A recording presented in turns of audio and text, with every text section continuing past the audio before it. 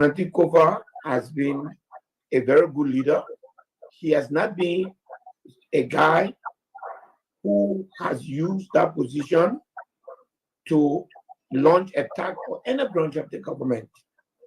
To the contrary, he has done everything that he needs to do to keep a working relationship between the executive, the judiciary, and the legislature. Those who are talking about it, anyway, I'm telling you now, they have no strength to even bring it on the floor of the House. I want to let you know. So you are admitting, Chairman, please allow us to just go into different. This issue is very sensitive. If you just let me learn, so that okay, go ahead. Okay, go ahead. Those who are pushing this out are the very people who want to see the House the way it was in the last two legislature. We have tried, and as you are aware, to insist on the audit of the House. There are forces who believe that should not happen, and because we are pushed. Last week, I informed them, as I speak to you, I have a letter on the speaker desk. I informed them that will be my last try, that if I make any more attempt to call for the audit of the House and to ask the central bank to get detail of all of the payment that was made to the legislature, if I fail, I'll go to court. They have begun to feed that Unati is part of this push for transparency.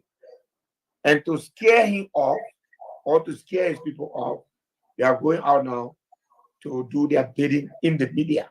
But as far as the House is concerned, I'm not saying this. I'm not a member of the CDC block. I'm not a member of the Funati. Know what I know. Those who are talking this, they can only talk it outside. On the floor of that legislature, they have no power to bring anything there that talks about removal of the speaker. There are people, I told you, there are people in the legislature, they are in a minority. They are mainly United Party people.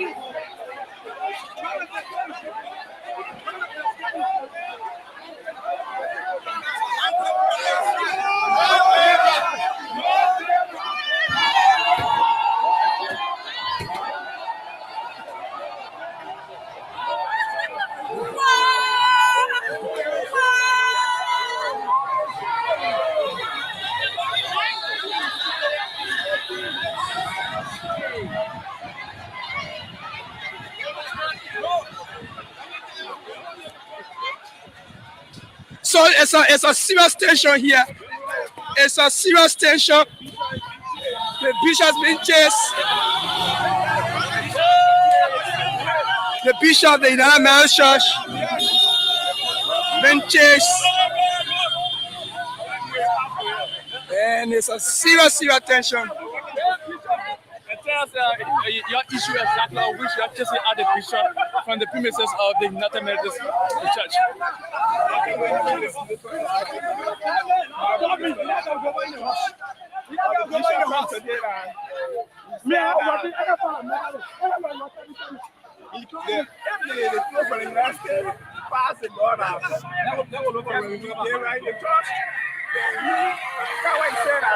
We will not be in support of that.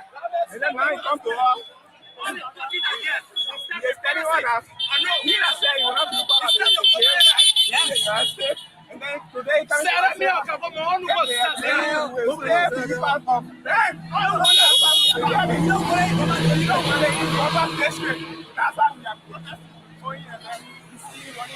He said your name. So that's it. We have. Let's see whether we can talk with the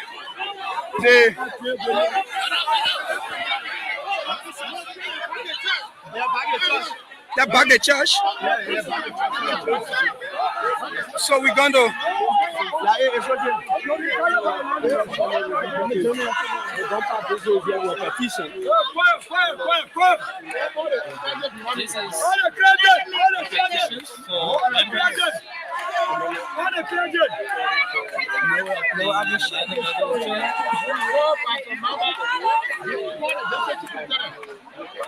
This is with the press conference here. Let's listen to what's going to happen. The press conference here.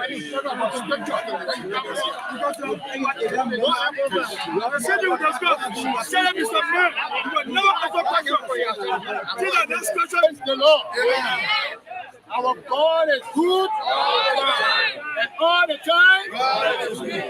This is a position statement. Even though when Bishop have refused to correctly answer questions that are asked by people of Bassa District and Nimba County related to the sincere marriage, he not only escaped and left the church, but however, we will allow for him to be strong enough as a bishop to remain in the church to accept the position statement that we have had as Bassa District United Methodist Church regarding the same-sex marriage. However, for the clarity of the population, we want to read Bassa District position statement. So therefore, position statement of Bassa District Conference, Liberia County Conference, the United Methodist Church, on the decision reached by the 2020 postponed General Conference held April 23rd to May 10th, 2024 in North Carolina, the United States of America. To the resident Bishop Samuel Jerome Fire Jr.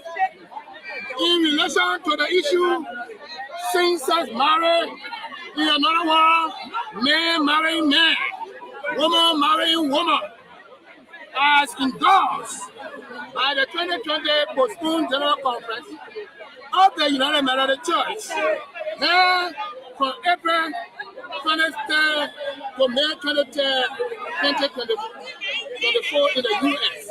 Bishop Samuel Jerome Fire, members of the clergy, members of the laity, Christian community of Bassa and Nimba County and Liberia at large, members of the press, government officials of Nimba, youth, leadership, ladies and gentlemen, we, the lay people and pastors of the Bassa District Conference, the United Methodist Church, wish to present our position on the issue of same-sex marriage that is threatening the sanity and unity of the United Methodist Church in Liberia, that has to do with redefinition of marriage and regionalization process that is being demanded by you, Bishop Samuel J. Choir, as spiritual head of the United Methodist Church in Liberia.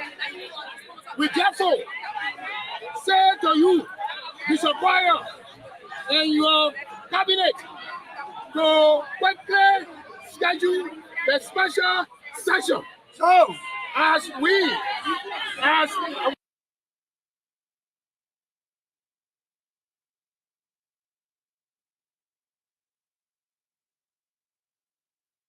Liberians are dying, no money in the hospitals. We use it 75,000 to procure ID card. No one can talk about it. The press, more will be talking. That one not important to the thing about it. But I think it's important. How much you think will be? They're not alleged. They're the chairman asking How much you think? Just go to United Validate, come back. How much you think should be used, sir? How much you think should be used? 75,000 was placed for the purchasing on the land, budget land, for ID card and electronic land for the chamber. But surprisingly, they're saying to the chairperson is saying to us that he used the 75,000 to process ID card. So you know about ID card in Liberia. One might be listening and then they don't know the chairperson. So but why you want to say one might be saying you are pursuing our election? The chairperson person might go to the me and say yes. Or the chairman go to the come and say yes. Thank you so much, sir. Go to the come and say yes. And also, I will follow you. I go. And also, the chairman become main mention of how you want to validate my argument or you want to elect. Go validate the argument from the man. And he also made some. Hello? Please go and validate from the chairman. Allegedly, we have hearing that 75,000 was proposed in this retreat for just ID card of staff of the legislature. How true is that information? Please repeat yourself because I don't understand. We all heard Honorable James Papa Kole is stating that 75,000 United States dollars was being budgeted to be used.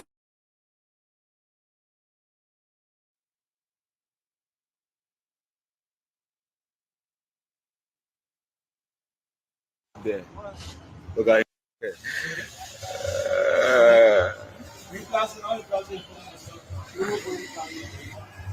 They begin with a pink flow. He's a seller, he's a dealer. So watch out. They're giving him money there. Now they're giving the money already. He's going to take the drugs from up there. Look at him. He's taking the drugs. He take the drugs. Number 8, the guys just took the drugs. He's taking it from the plastic. See it? Now, he's getting it off the plastic, put it back in the zinc.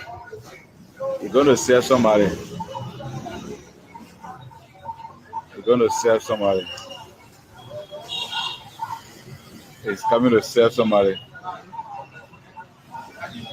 Watch out. He's giving it to the guy. I got her bench still. I'm gonna have bench still. He's going. They one with a muscle arm was the one that gave it, put it in your pocket. So, I mean, that is how it is. That is how it is. The dealer is there again. He's relaxing. Watch up there. He knows his clients. As soon as he sees them, he try to go around. That begin is a risky begin. And that is happening right on the Ganta Main Street. Watch out. Son of transaction went there. Apparently they get the money that I told her. But he's coming back to take the drugs from up there. He always coming there. Look at him. That's the drugs in the plastic. In fact, another guy is there. He gave him one. In fact, 2. He's running. That one carrying drugs. It's so funny when it's serious, man. Right on the Ganta Main Street here. Yeah. Our young people. It's so funny. Okay. Very good. They took it to him and he took it. He carrying it. This is the dealer. This begin is actually risky. Let's see. Somebody since a lot of money they're giving him. I don't know. I'm not too sure about it. But young people are out there on the Ganta Main Street here.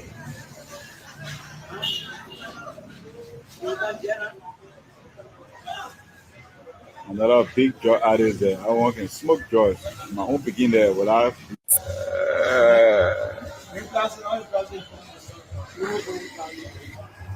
They begin with a pink floor.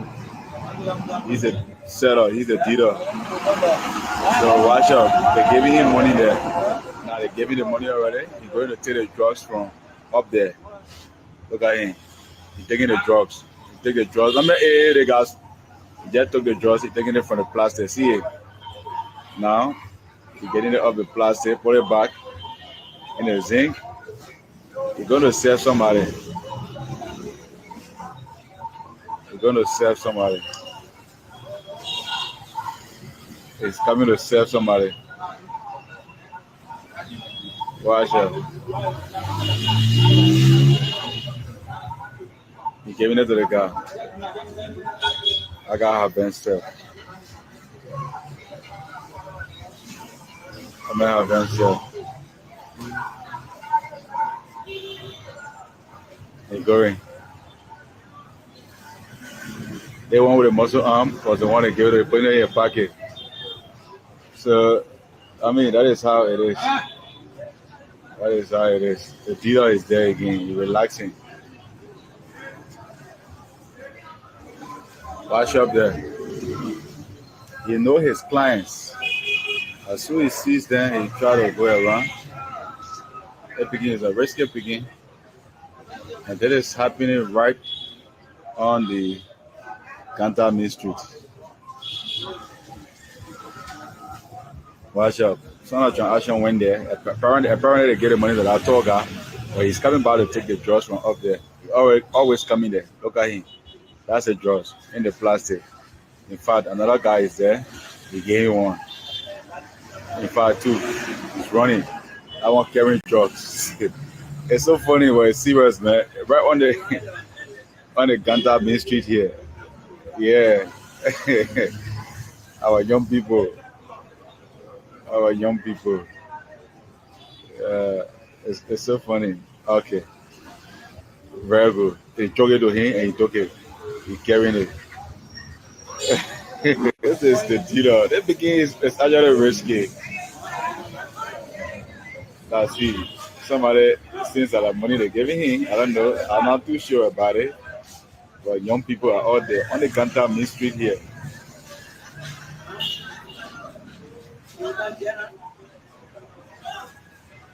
Another big joy artist there. I want to smoke joy. My own begin there without blue trouser, calling his friend without blue hair. Another Pookie down there.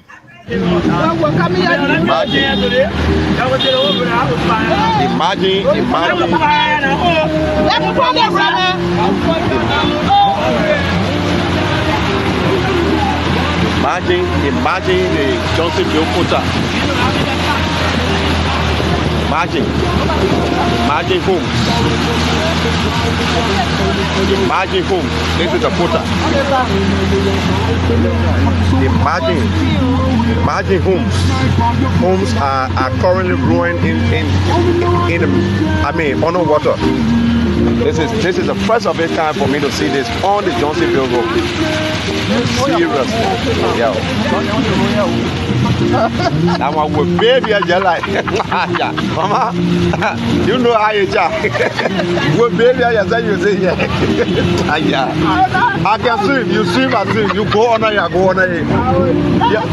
Yeah.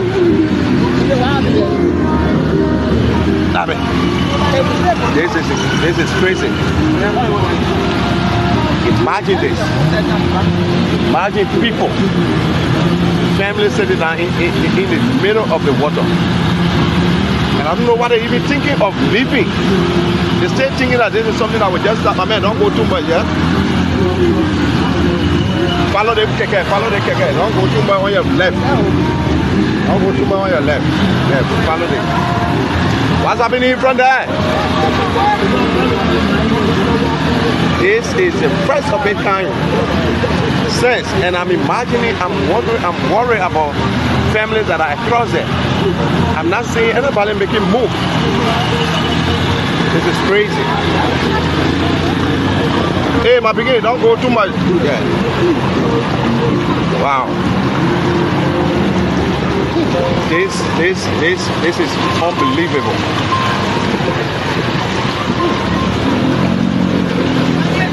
This is unbelievable. Wow. Damn it.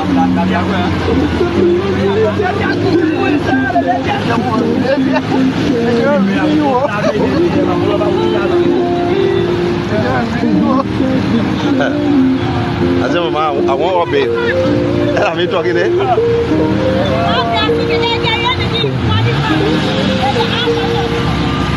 I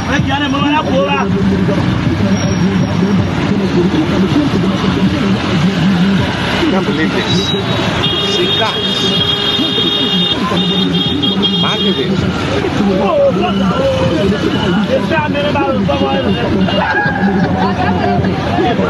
can't believe this. Imagine before crossing, and this is the quota on his side. Wow. This is something. What? Bye bye.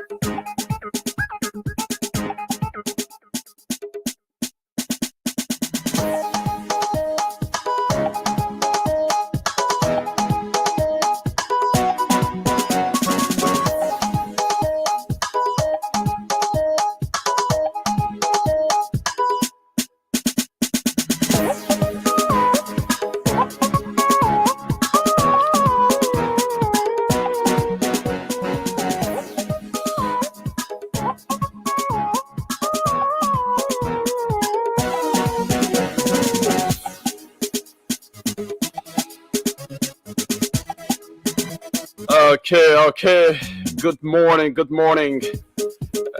all of you, our cherished listeners and viewers. A pleasant welcome to your favorite morning show. It's July 1st, a brand new day, a brand new week, and of course, a brand new month. Can you feel the energy in the air? Of course, is the perfect time to hit the reset button, set new goals, and embrace the endless possibilities that lie ahead of you. Well, as the sun rises, casting its golden glow over everything it touches, let's take a moment to appreciate the beauty of a fresh start. Every sunrise is nature's way of reminding us that no matter what happened yesterday, today is a new chance to make things right, to be better, and to strive for our dreams. Think about your goals, your aspirations, and the things that set your soul on fire. Well, today is the day to take that first step, no matter how small, whether it's starting a new project at work, whether it's committing to a healthier lifestyle, or simply spreading kindness wherever you go. of course, every action that you take counts. Remember, success isn't just about perfection, it's about progress. So let's fill this day with positivity, determination, and a can-do attitude. A can-do attitude is that attitude where you always tell yourself that I'm able to do that. I can do it. And of course, you want to take the initiative and do it. Put in your everything. I don't care what it is. Make sure to do it. And also surround yourself with positive people who uplift and inspire you, and be that source of light for others.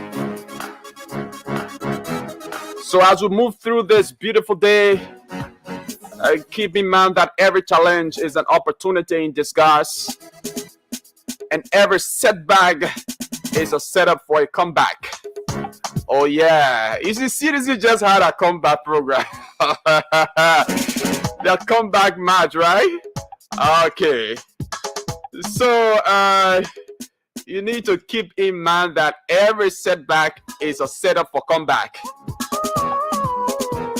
So rise and shine, and let's make today extraordinary. We'll be here with you every step of the way, bringing you the best of information, entertainment, and inspiring stories, and all the motivation that you need to conquer this day and this month. So stay tuned, stay positive, and let's make July 1st the start of something very, very incredible.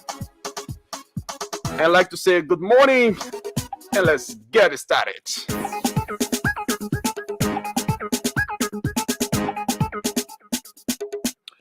Well, my name is Yekazi Zobe, folks. I hope to be joined by Chokon Flama, Dennis Nipson. I wish you a speedy recovery. She's not faring well, so she will not be on the show this morning. But I will be joined by Chokon Flama, my colleague, and together we're going to drive you through until 10 o'clock this morning. We've got a lot in store here for you. This morning we speak to Bishop Samuel Jerome Quayle. He's the Bishop of the United Methodist Church.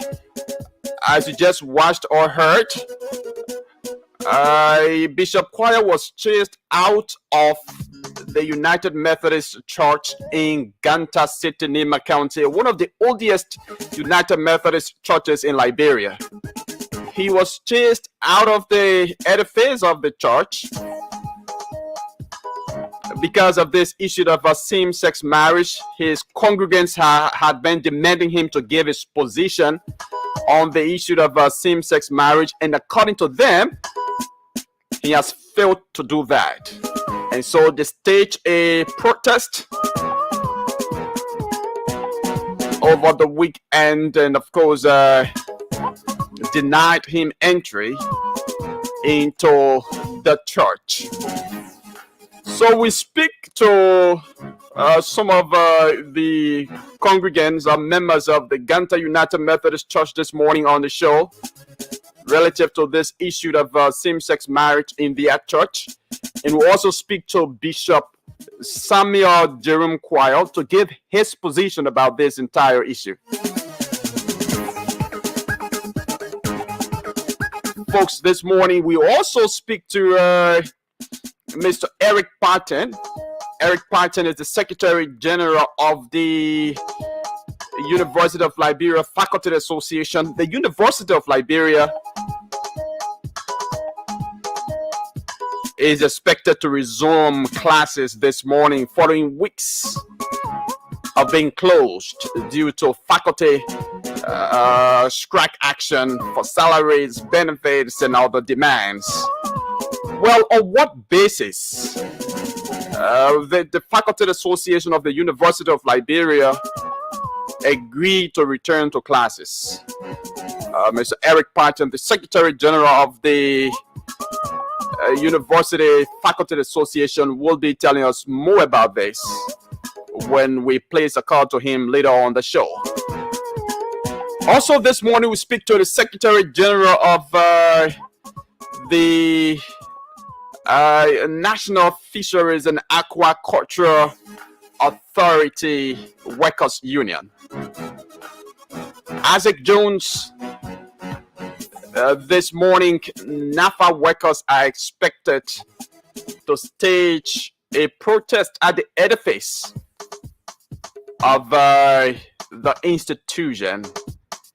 The workers are demanding the removal of Madam Emma Glasgow as the Director General there at NAFA. Wants her to be replaced. According to them, she has a poor working relationship,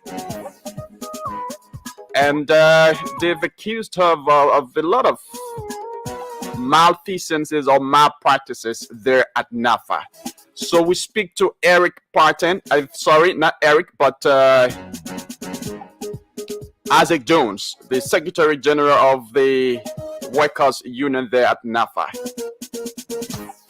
We also hope to speak to Luis Kono, who's the public relations head there at NAFA, to give NAFA's side of the story. That is Madam Emma Glasgow's side of the story. So, folks, that's the lineup of the show this morning. Wherever you are and whatever you are doing, keep your dial set. Don't go away. We will start with cutting across Liberia to speak with our various correspondents who will be telling us exactly what's unfolding in the various counties. So keep it said, don't go away. Again, my name is Yekezi Zobe. Let's have a wonderful time together this pleasant Monday morning.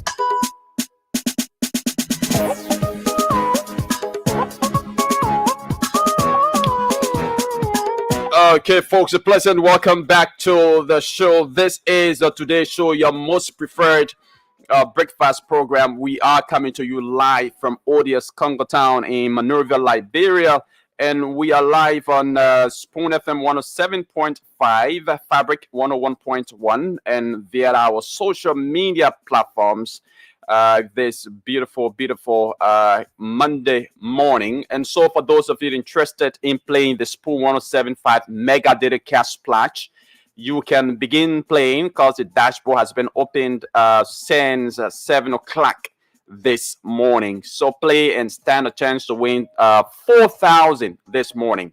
All right, it's normal 2,000. So every Monday morning you're gonna be playing to win 4,000 Liberian dollars, and all you need to do is to use your Noomstar Cell GSM SIM card, dial in the playing code *799#, *799#, select number 3 for Spoon FM, and you choose how to pay the playing fee. The playing fee is just 100 Liberian dollars or 70 cents US. You can play using your your Noomstar Cell mobile money account, both USD and LD. Any of them you have credit on, you can play using them. Or better say, if you don't have money on your mobile money accounts, you can go to the nearby booth, purchase a scratch card, and activate it on your Noomstar Cell SIM card, and you can play using your airtime. And once you play,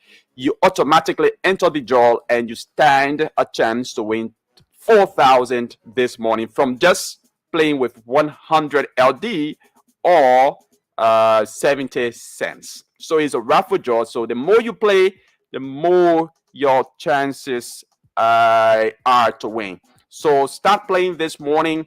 until 9:55. So you have a chance to play from now until 9:55 when we will be drawing the winners.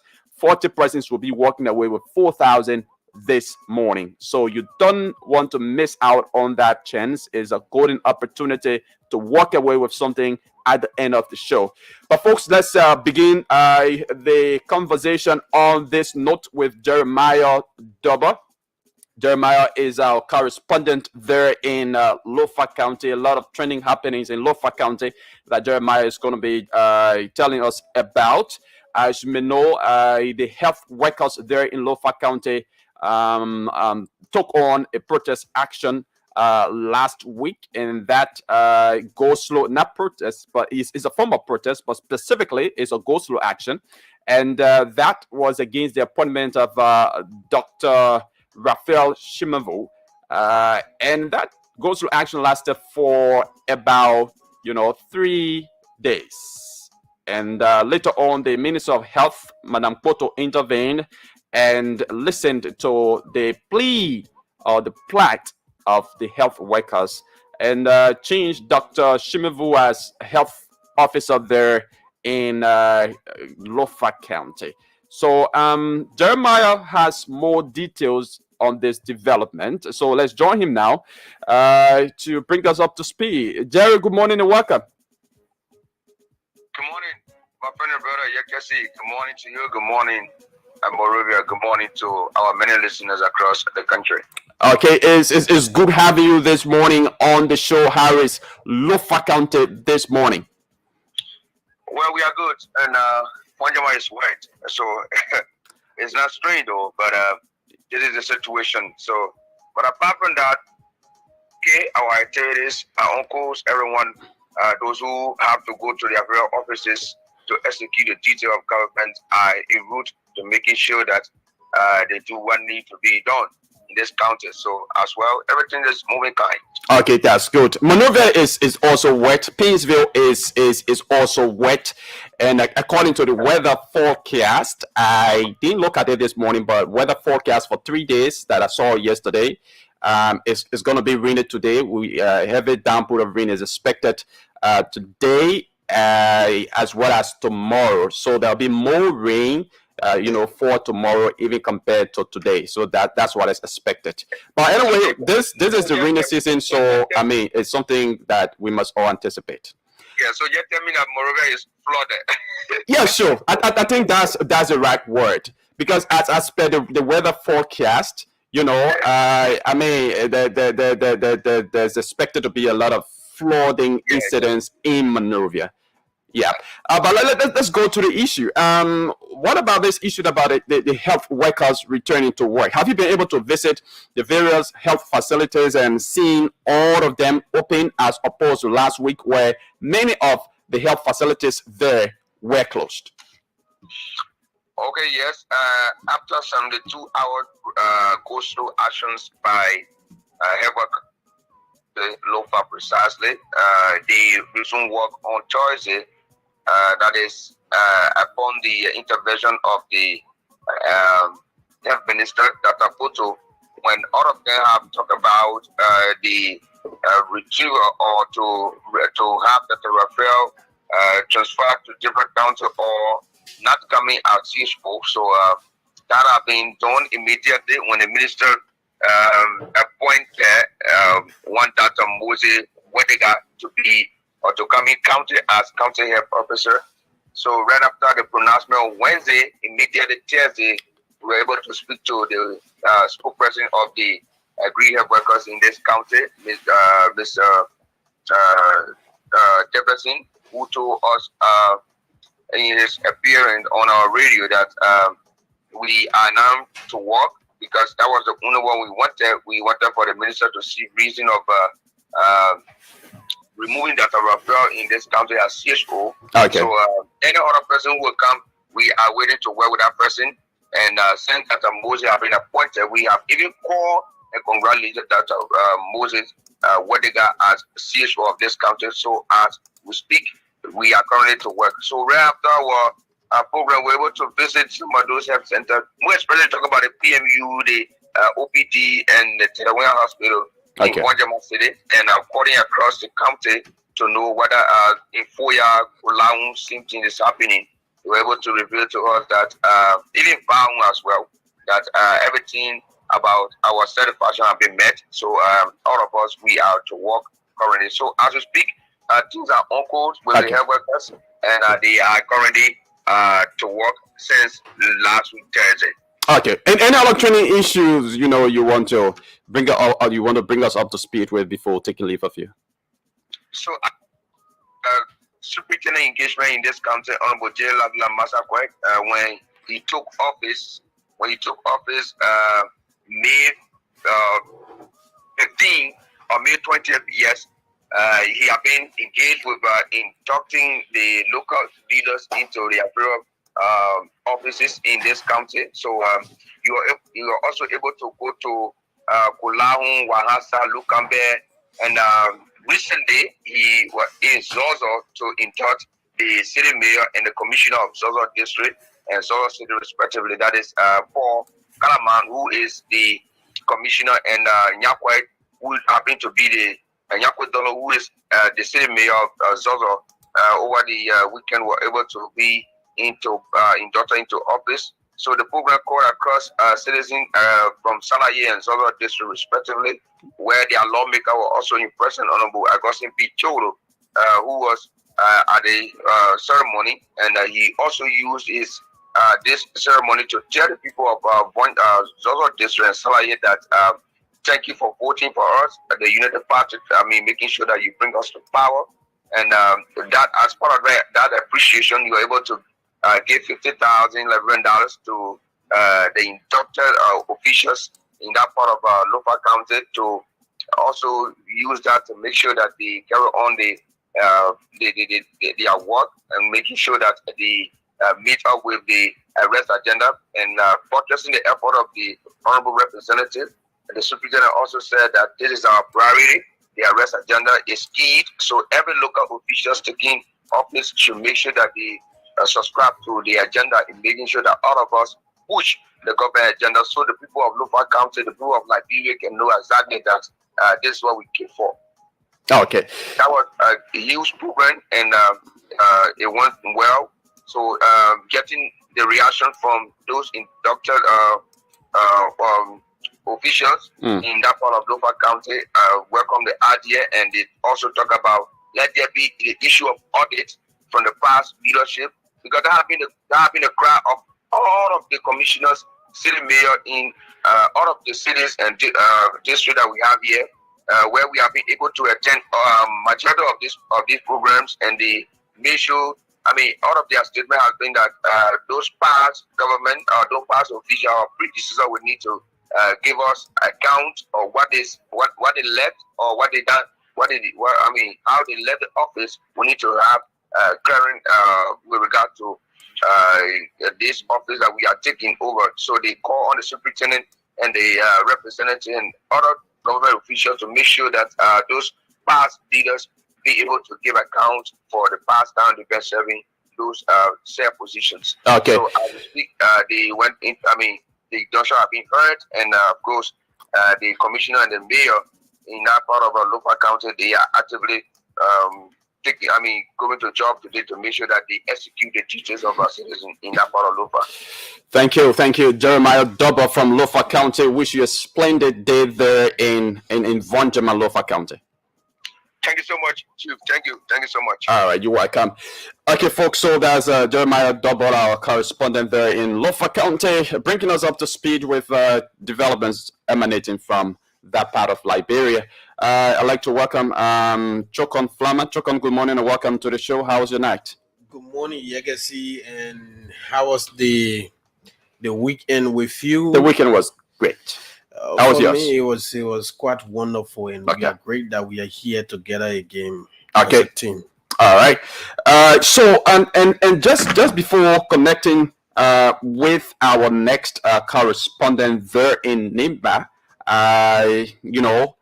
in Lofa County, the issue of the health workers strike action or their go slow action, it led to the death of a 1-year-old child, a female.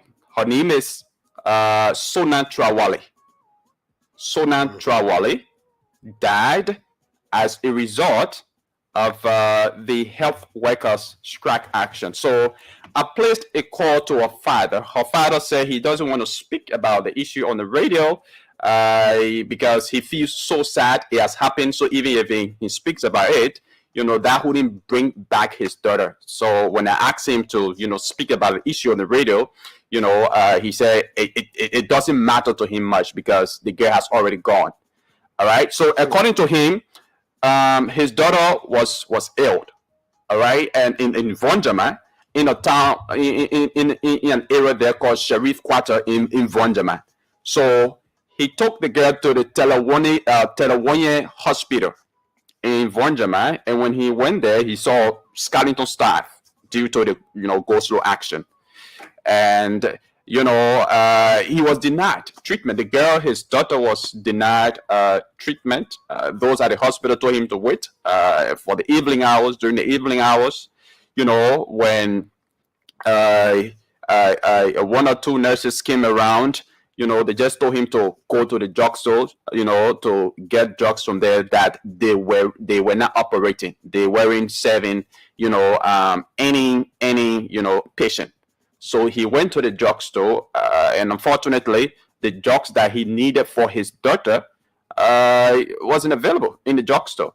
So he decided to go out and sleep that night with the infant so that the following morning he can travel to Guinea to treat the girl. But unfortunately, before 12 a.m. that particular night, the girl passed off. Wow. She died. It's a very, very sad story there from Vonjama, Lofa County. And that was just due to, the health workers go slow action. And according to him, the girl appeared to have had, high fever and that resulted in low blood. Problem malaria. All right. But then, because of the health workers go slow action, the Telewanye Hospital in Vonjama couldn't cater to the girl, and all of the health facilities there in Vonjama at the time were closed. Wow. So it's a very sad story. It's so unfortunate, Legacy. This is why we are pushing the lawmakers to be able to pass the public health law. You can see that law is a milestone for the country. There are so many things within the law, not only the negative ones that people running around with, but the law is rich for the country. If that law is passed, you will not go to hospital, and the first thing they request for. Chokon, just to interrupt that's for those of you viewing, that's the picture of the child who passed off. A very beautiful little child. Yeah. So you can see when the law is passed, it would not just be on the book, but it will benefit the public space, the Liberian people, in such that you will not go to hospital and the first thing the hospital or the clinic will ask for is money, make a deposit before we can begin treatment. No, or we don't have beds and all of that. It won't happen on that law. The law is clear about saving life first for hospitals and clinics across the country. And that is why many times when our people go to hospital, people will die. Even if you are sick, you contract more sicknesses in the hospital because of the environment and all of that. The law is rich. It speaks to all of that. So it's just unfortunate that a child will die because of strike action, and that it is not only the law, it is also contained in the oath that the nurses and doctors usually take before discharging their duty, that you are there to save life. Of course. First, to give life, and you should be able to save life. It is not to look at people who are in critical condition and say, "Go away. We are on go slow action," or we don't have bed. You need to pay money and all of that. Those are just. It's just unbelievable in the day and age in Liberia. We'll be talking about health centers, and then children and sick people will be let down because the facility has an issue. It's just unfortunate, you can see. And this is why we need more advocacy in the area, that our lawmakers should be able to work on the law, pass the law, so our people can be aware, the nurses and doctors. Even when you go to hospital, you can see, before you even leave that hospital, your sickness, maybe your sickness for which you went to the hospital, the news will be all over in the community and here and there. The law also it talks about confidentiality. So there's so much more in the public health law to be able to save life of our people. Okay, let's talk to Victor Cooper from Upper Nimba, specifically Gumpa City. Victor Cooper is our correspondent, and he just joined the team. We'd like to say, Victor, you are welcome for the first time.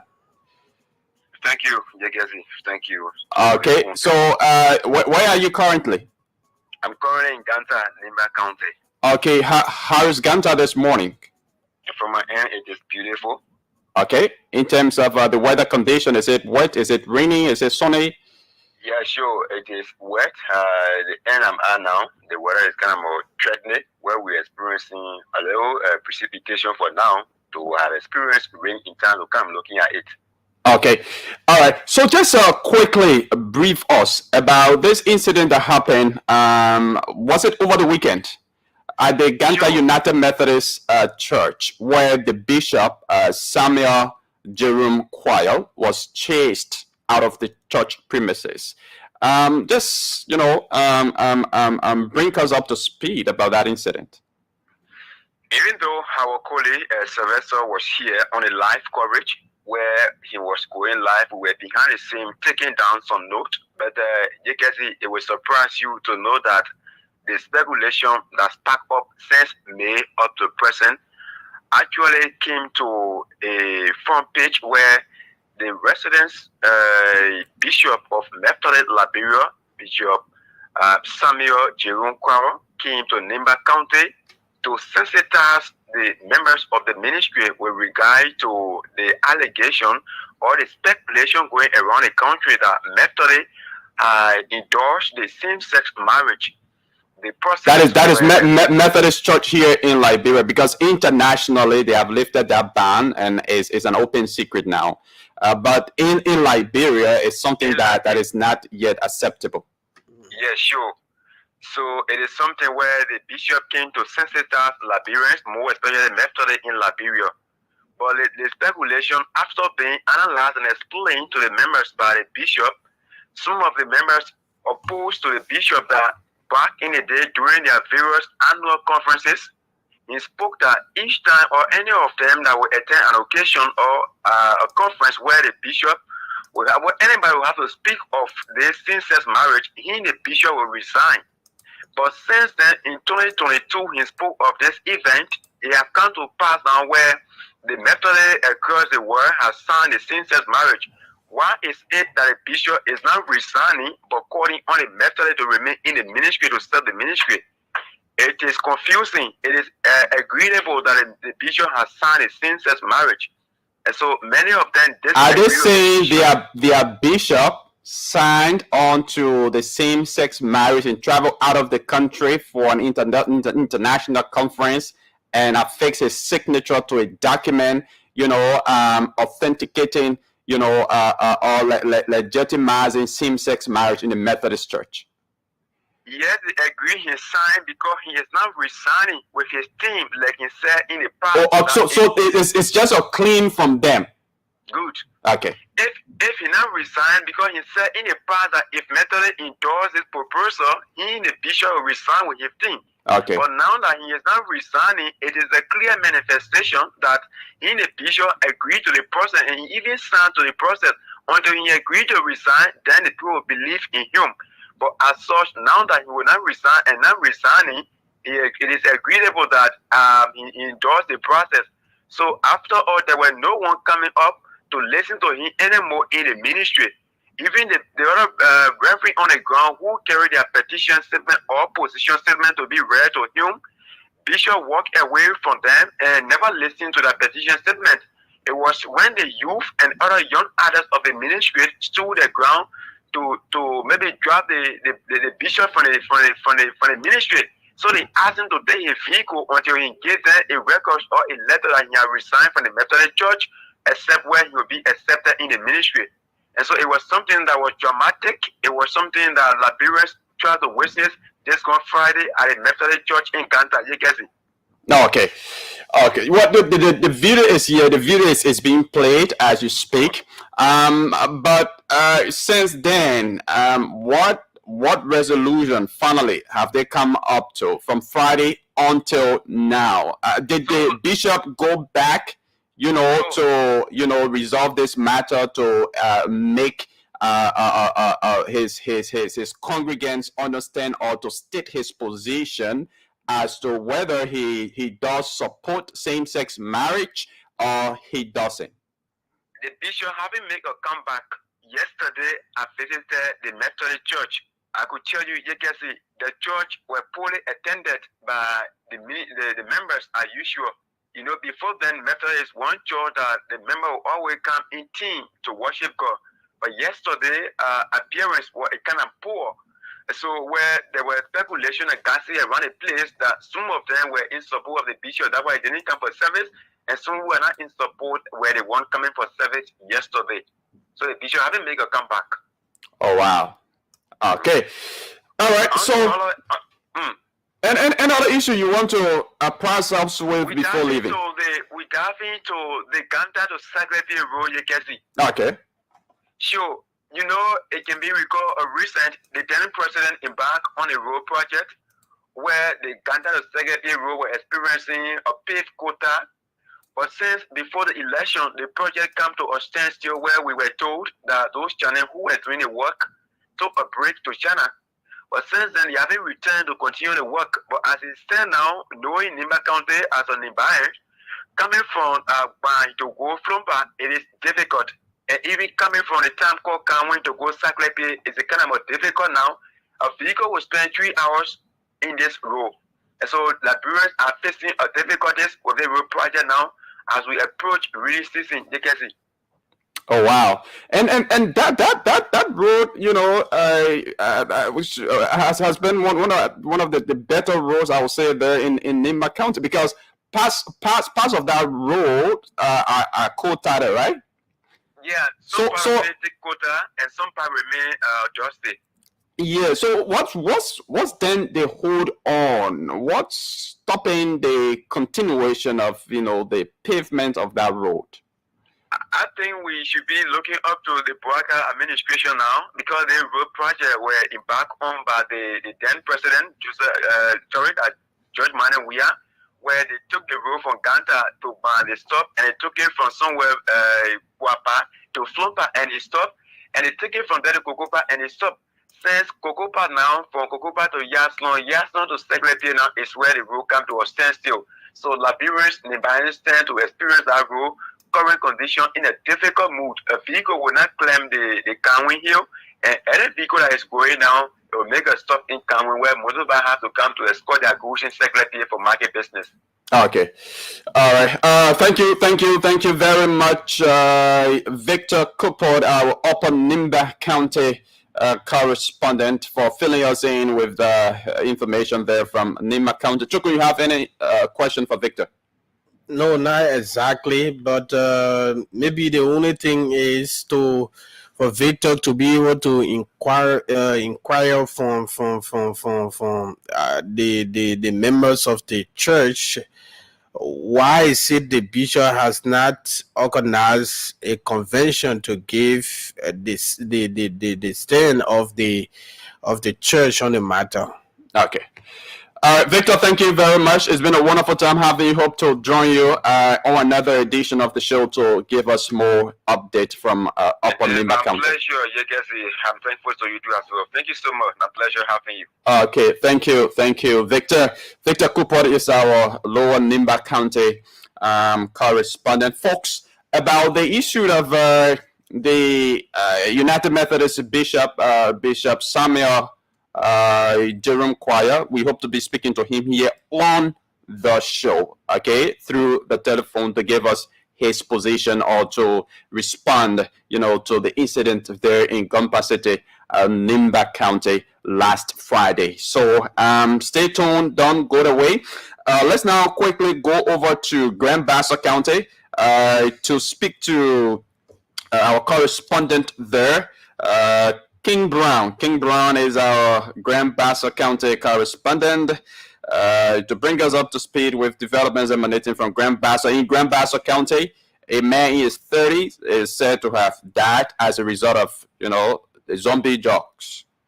Yeah, so let's see whether we can get King Brown on this morning to bring us more details about that development from Grand Bassa County.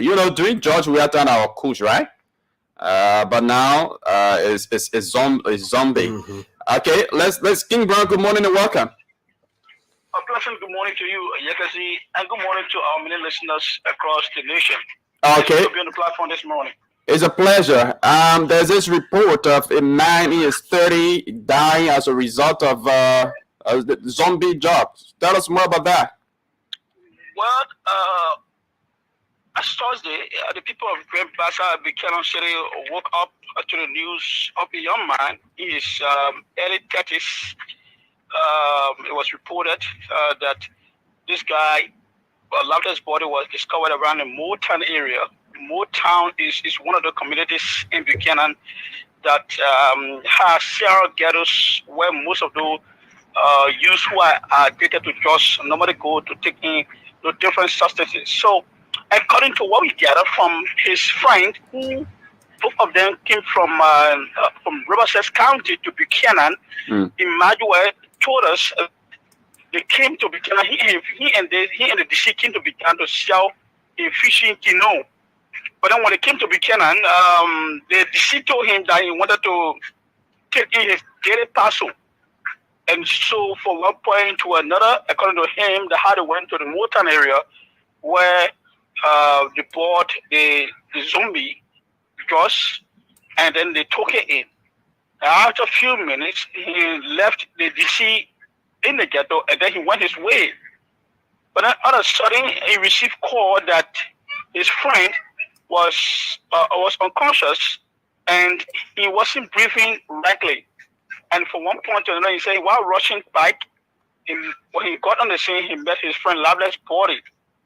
So when he called his friend parents to inform them back home in Riverside that we a fishing canoe, but when we came, we went to the ghetto, and then Samuel took in Sumi, and he died. When he called them back, the family got angry at him, and they told him that he should transport their child's body back to Riverside County. But all of a sudden, he said he didn't have money, so the body was abandoned in the Motown community, where the body was discovered on a makeshift structure, and he was found lying on a piece of mattress covered with a white bed sheet, and it was where he gave her the ghost. Okay. So was the body taken to any health facility to confirm whether he died as a result of the zombie jokes? Well, the body wasn't taken to any medical facilities, but the concern that was raised by citizens who saw him in the ghetto, they were the one who told us that this man and a friend who told us that the man, I and the man we took in Zumi. In fact, he said the two of them have been taking in different kinds of substances, which include the marijuana, the kush, and all of that before even taking in the Zumi. But it shocked him to see that after taking in the Zombie for your friend to die, it left him wondering. Okay. So we contacted the office of the DEA, but the DEA in the county here too, they told us that they do not have the equipment to test the individual to substantiate whether he died from the zombie dose or he died from the personal illness.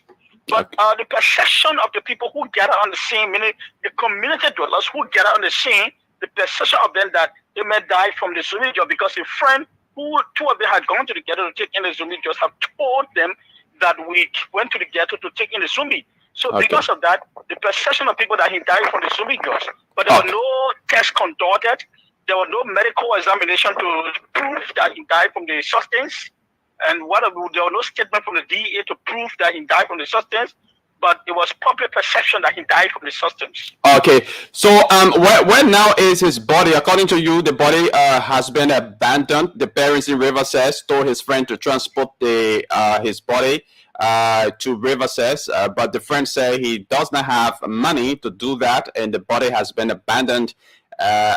So as up to now, where's the body? Has the body been removed or transported to Riverside?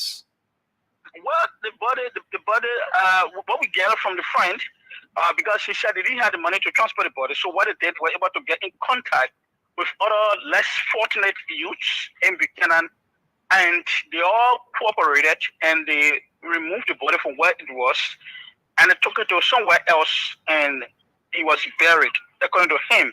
But you can see, I would like to also does the family member know that he was buried? Does the family know that he's been buried by his friends?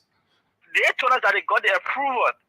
Oh, they got the approval of the family to have him buried. Oh, yeah, to have him buried. Yeah, so that's why they did it. Okay. I would like to also remind you that the death of this guy, Samuel, who is in his 30s, the death of Samuel, number of 5 young people in Buchanan who have died from, quote unquote, this substance called the zombie drugs.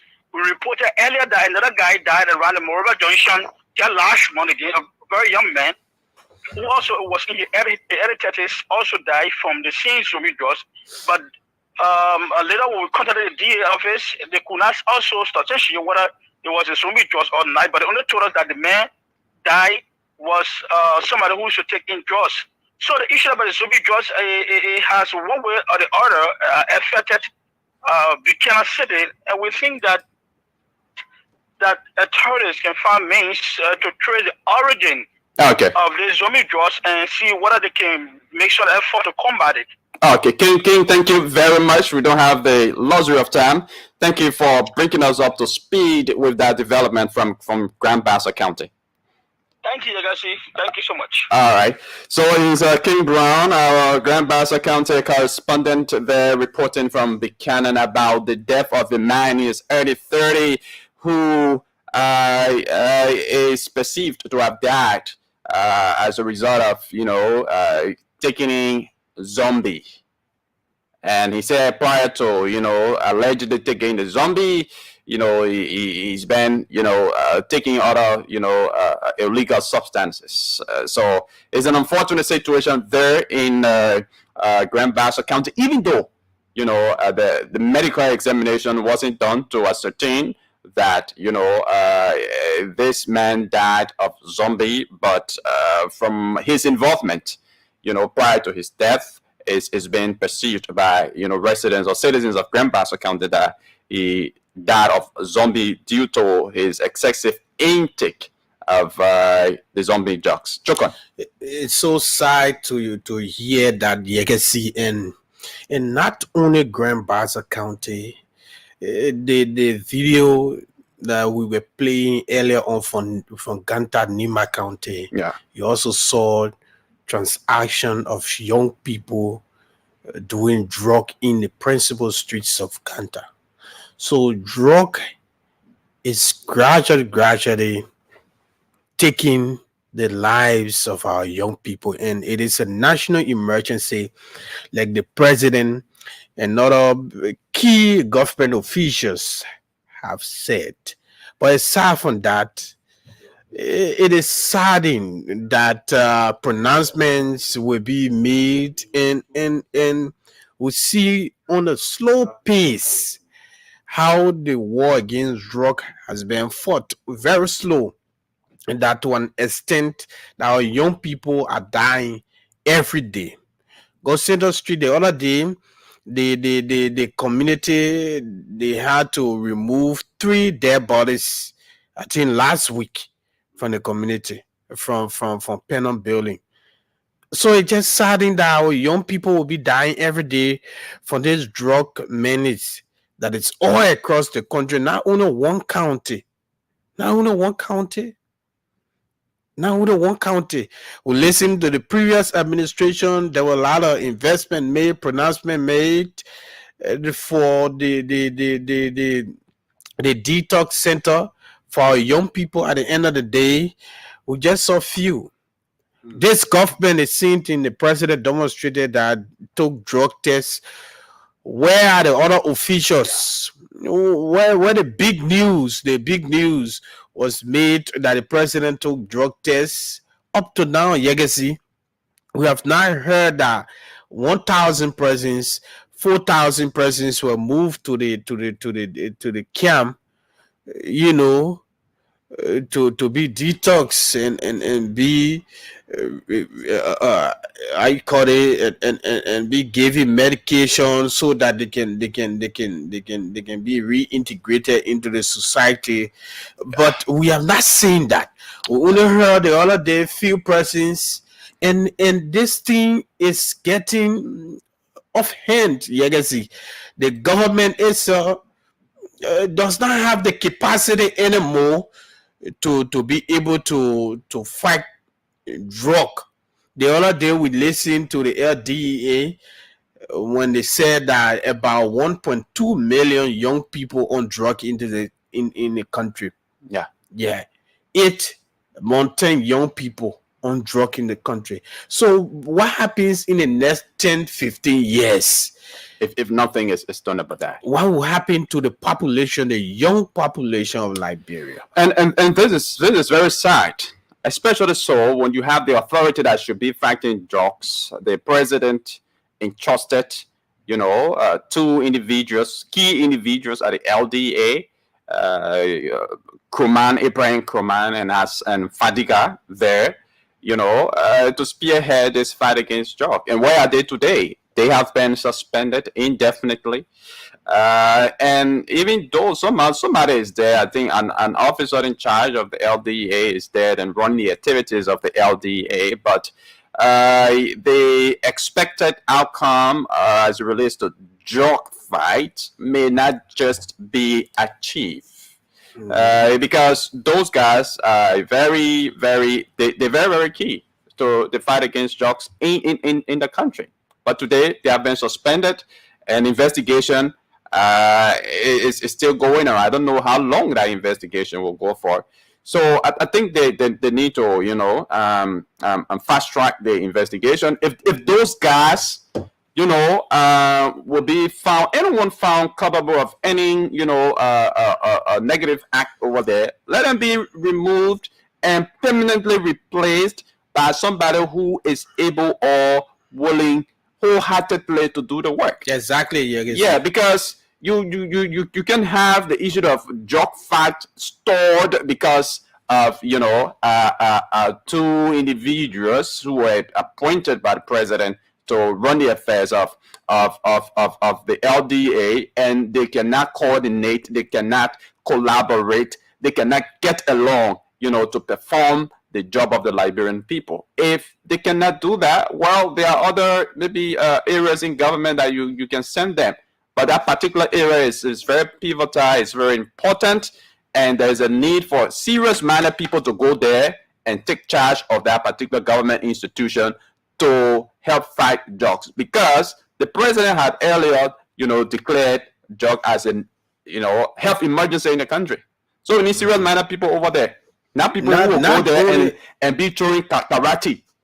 They be 14 years. Every time you're hearing about different information. If not, some kind of confrontation is a fist They fight. accusing each other. That's very childish. So we need serious-minded people over there. But Chokon, as you may know, today the University of Liberia resumed classes.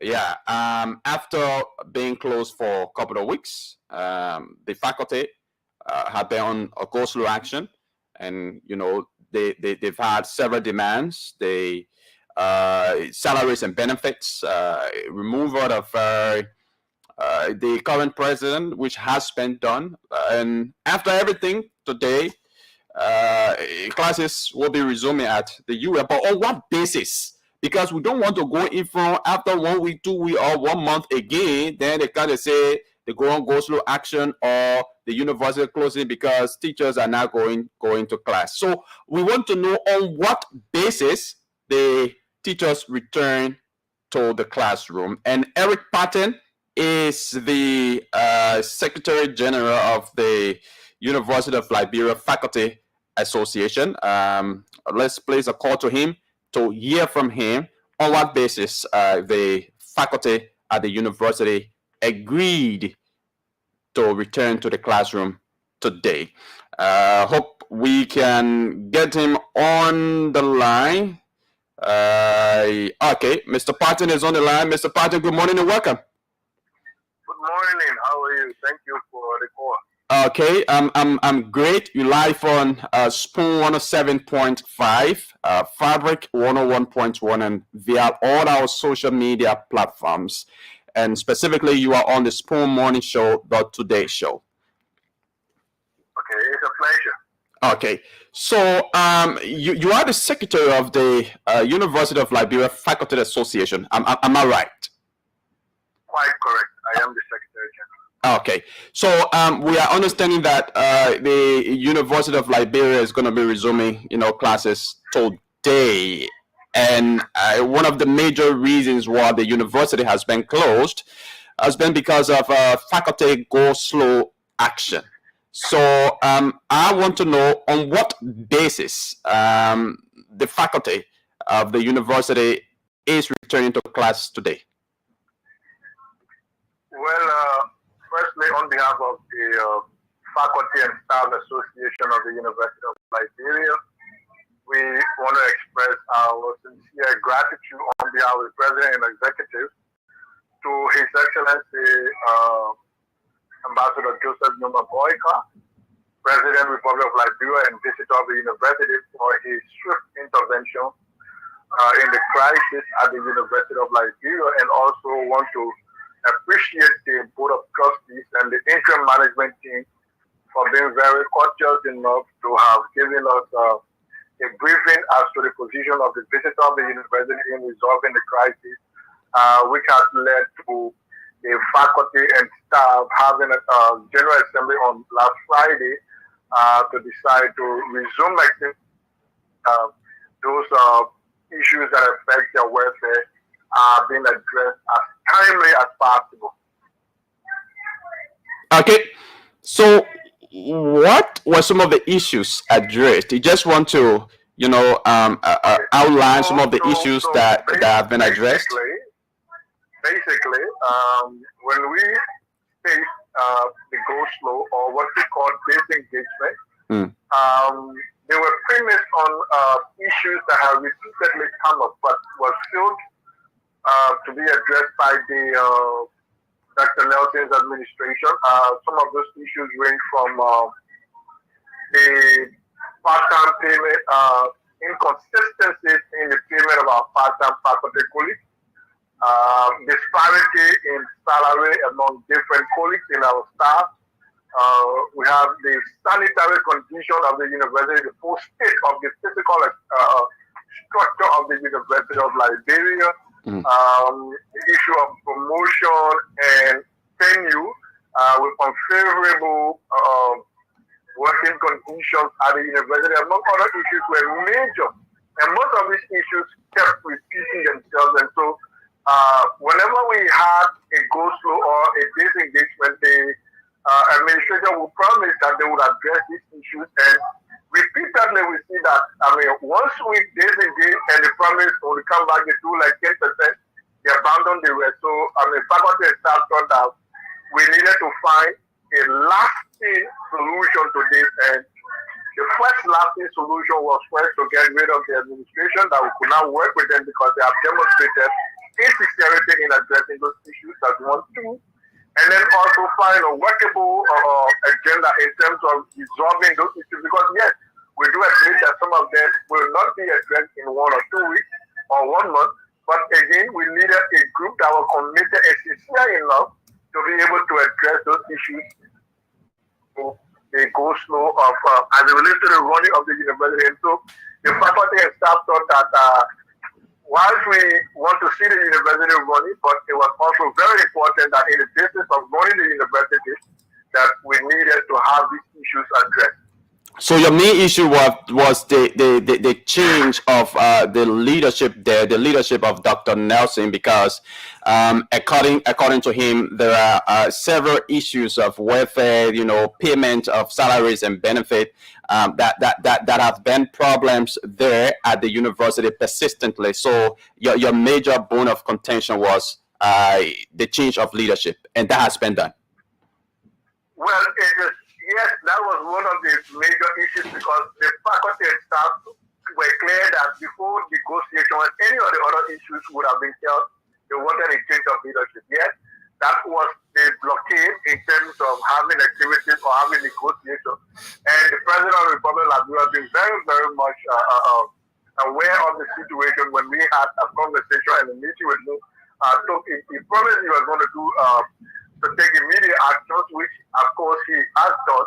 And so we were able to say, okay, now that the first step has been achieved, we can now determine a workable pathway. Yes, some of them are immediate. For example, the payment of our part-time college. I mean, what we are doing now is that we have a committee that is working with the interim management team to be able to finalize, because it is not just the current semester. There are semesters in arrears that the university owe. And it was surprising to know that the government of Liberia provided these funds to the university. But in terms of payment, nobody knows what happened. They will shortchange people. They will not pay some people. And so we thought that those issues needed real solution. And that's why we thought to deal with it the way we do it. Now what we are working on is a metric which will attach basic timeline for the implementation of most of those issues that we have so that our faculty and staff cannot again see those issues as issues that they should resort to a disengagement. Okay, so moving forward, at least for this semester, we can say there won't be anything like a go-slow action from the Faculty Association. Well, the President of the Republic of Liberia has given us assurance and has given mandate to the Board of Trustees and to the interim management team to address those issues that were raised by OFA. The first confidence he has given us was to take the initial step to clear the blockade of negotiation.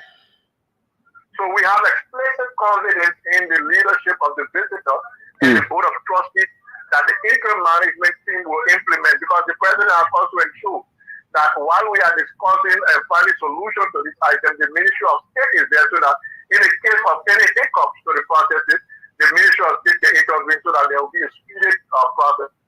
I'm looking forward to, a great working relationship, and we are hopeful that, things can now turn around for the good, and the repeated disengagement and go-slow will be minimized at the University of Liberia. Okay,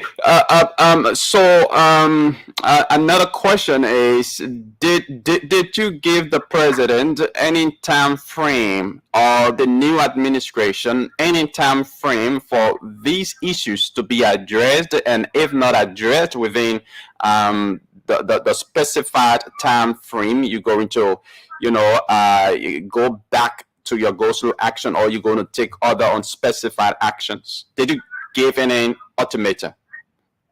The way we work is we don't normally come up to engagement or come up to the back action.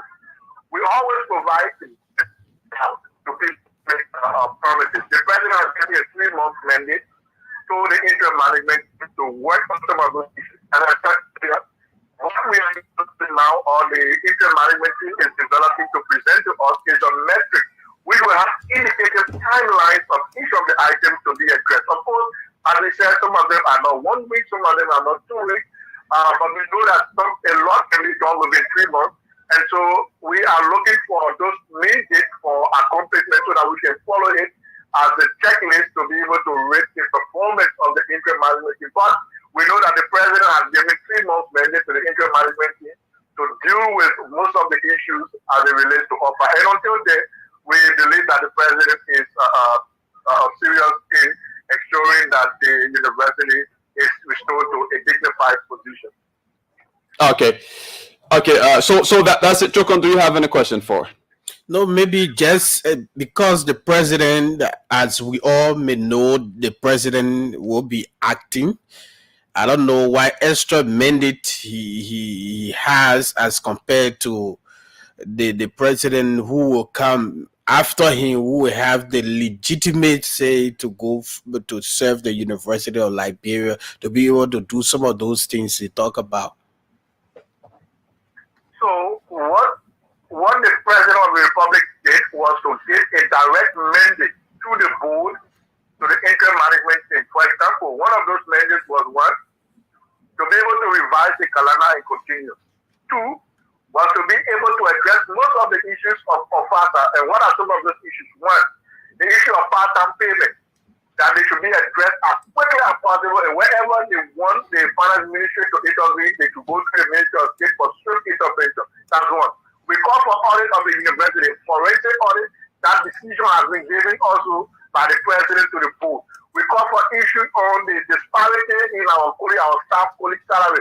The president has mandated this group to be able to initiate the process of correcting it, and whatever there are financial implications, that his office should be informed to act swiftly. We talk about the issue of transportation for students, faculty, and staff. The president has said wherever there needs to be a procurement, needs to be handled as quick as possible, and wherever they want his office to intervene, they will do that. And so, what we have been saying, or we continue to say, is that most of the issues he lifted came back as a mandate of the president to the board, to the interim management team, which we all are working on to achieve. And so, there is a mandate. It's not about legitimacy. There is a mandate. Whatever cannot be addressed will obviously be handled by the new president. But we have a timeline of 3 months to be able to address most of these issues. Some of them which are just temporal issues that can be handled and systemic that can be corrected. Okay, Mr. Eric Patton, thank you very much. Is there anything that you want to say, maybe to your faculty? Well, we are hopeful that we will end the semester. Our faculty have already started their classes. Our staff has reported to work. As we promised, we are continuing our normal activities. We are hopeful that the interim president and his management team will begin to this morning look at the urgent issue of our part-time colleagues' salary. And hopefully today we are going to be doing a communication reaffirming the immediate urgency of ensuring that we settle the issue of our part-time colleagues in terms of their arrears and their current semester. But beyond that, we are hoping to work with the group once, we are sincere enough once the group is committed also to working with us. Okay. Thank you very much, Mr. Patton. It's been a pleasure having you on. It's always a pleasure. Thank you very much. Thank you. So he's Eric Patton. Mr. Patton is the Secretary General of the University of Liberia Faculty Association. The university resumed classes today, and as you may know, the university has been closed due to the Faculty Association strike action for benefits, calling on the removal of the previous president of the university, Dr. Julius Nelson, and that has been done. And according to Mr. Patton, they are now working with the interim leadership, to resolve some of those matters. Chukon, what do you make of that? Which is wonderful.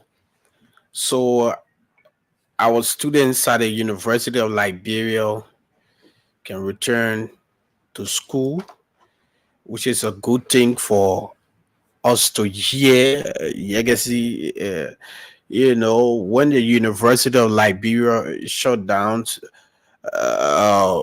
people the various student groups on the university campuses will begin to protest here and there, which will impede learning activities not only on the campus of the University of Liberia, but also working activities to other administrations and agencies, and also impeding traffic and all of that. So it's a good thing that they return to the classes, even the lecturers, the faculty members.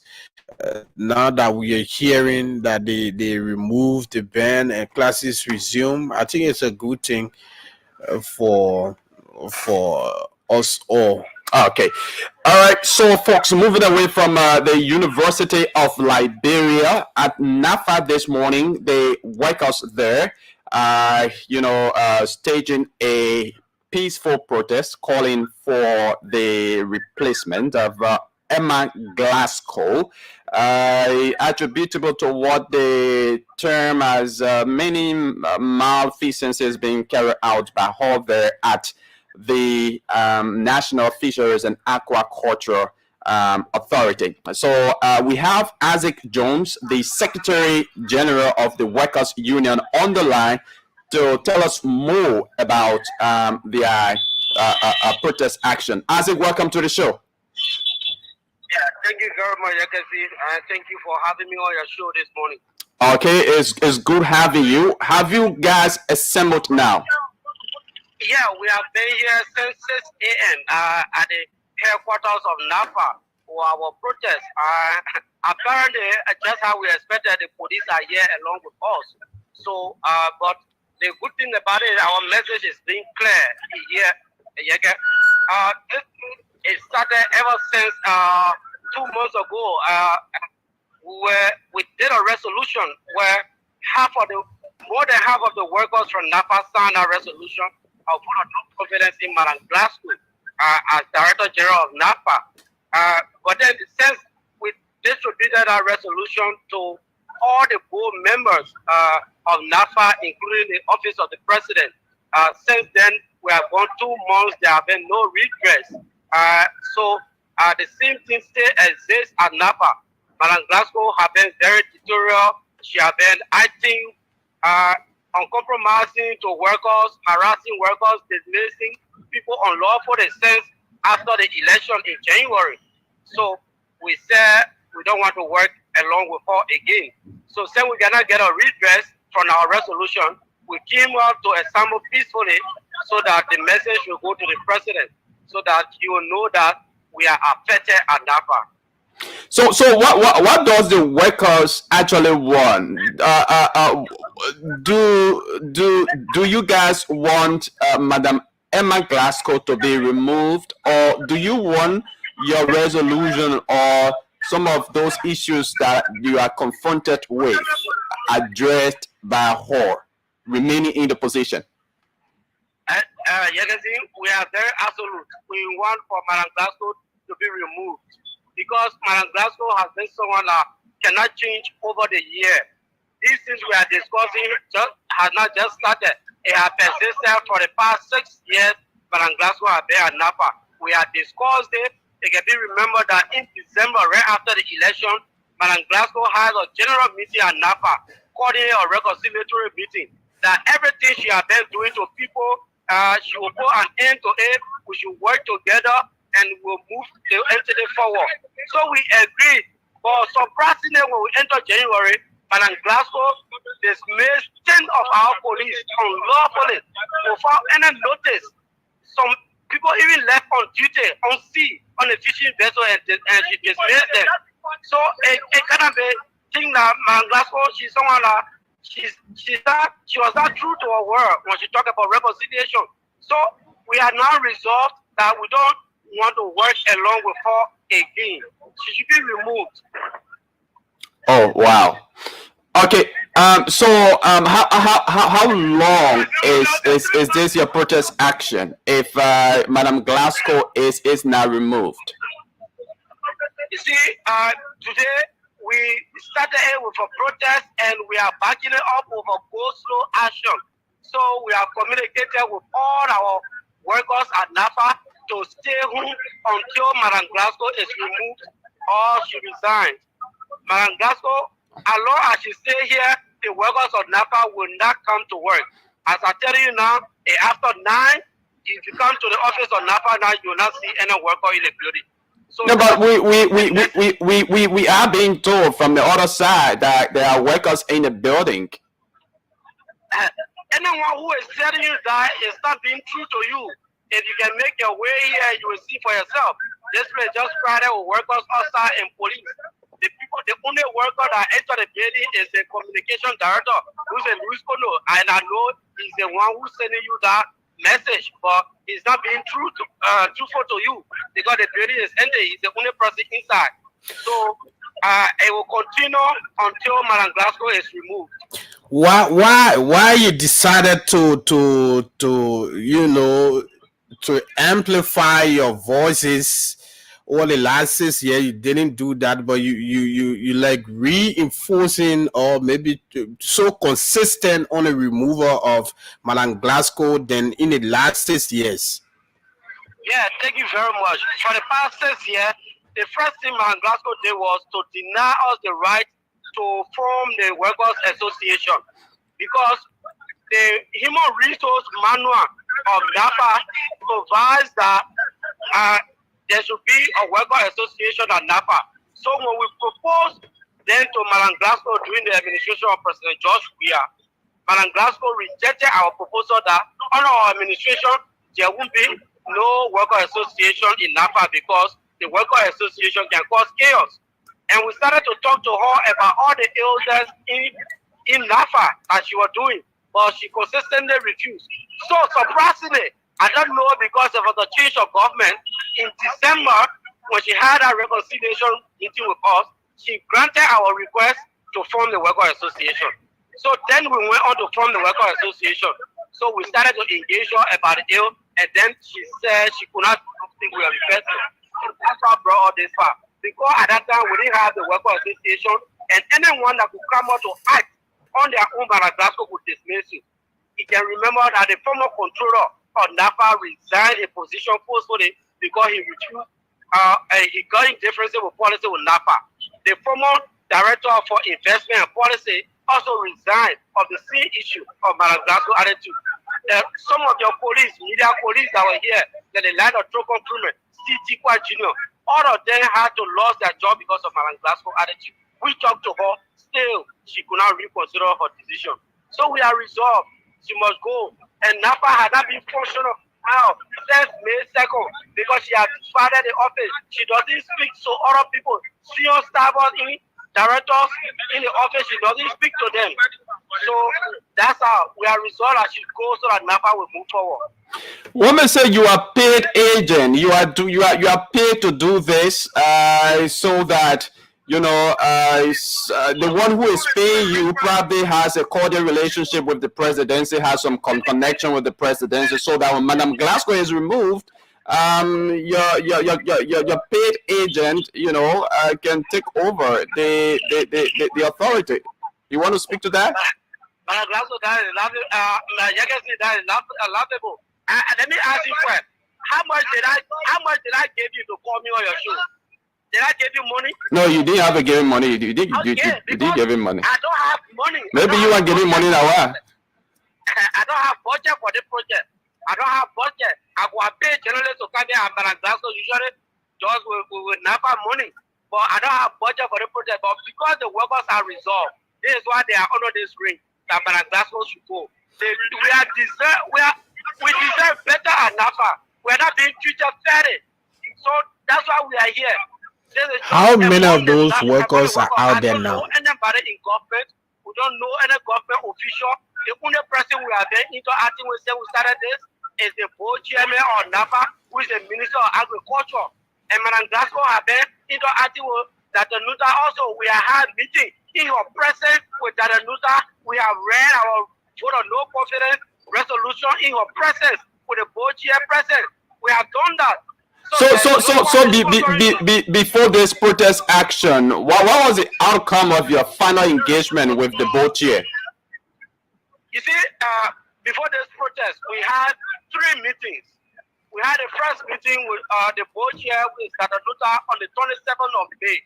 And then Dr. Luther promised us that we were going to take the issue to the other board members so that they would decide what would be best to solve the problem. But then, at almost surprised, we waited for Dr. Luther.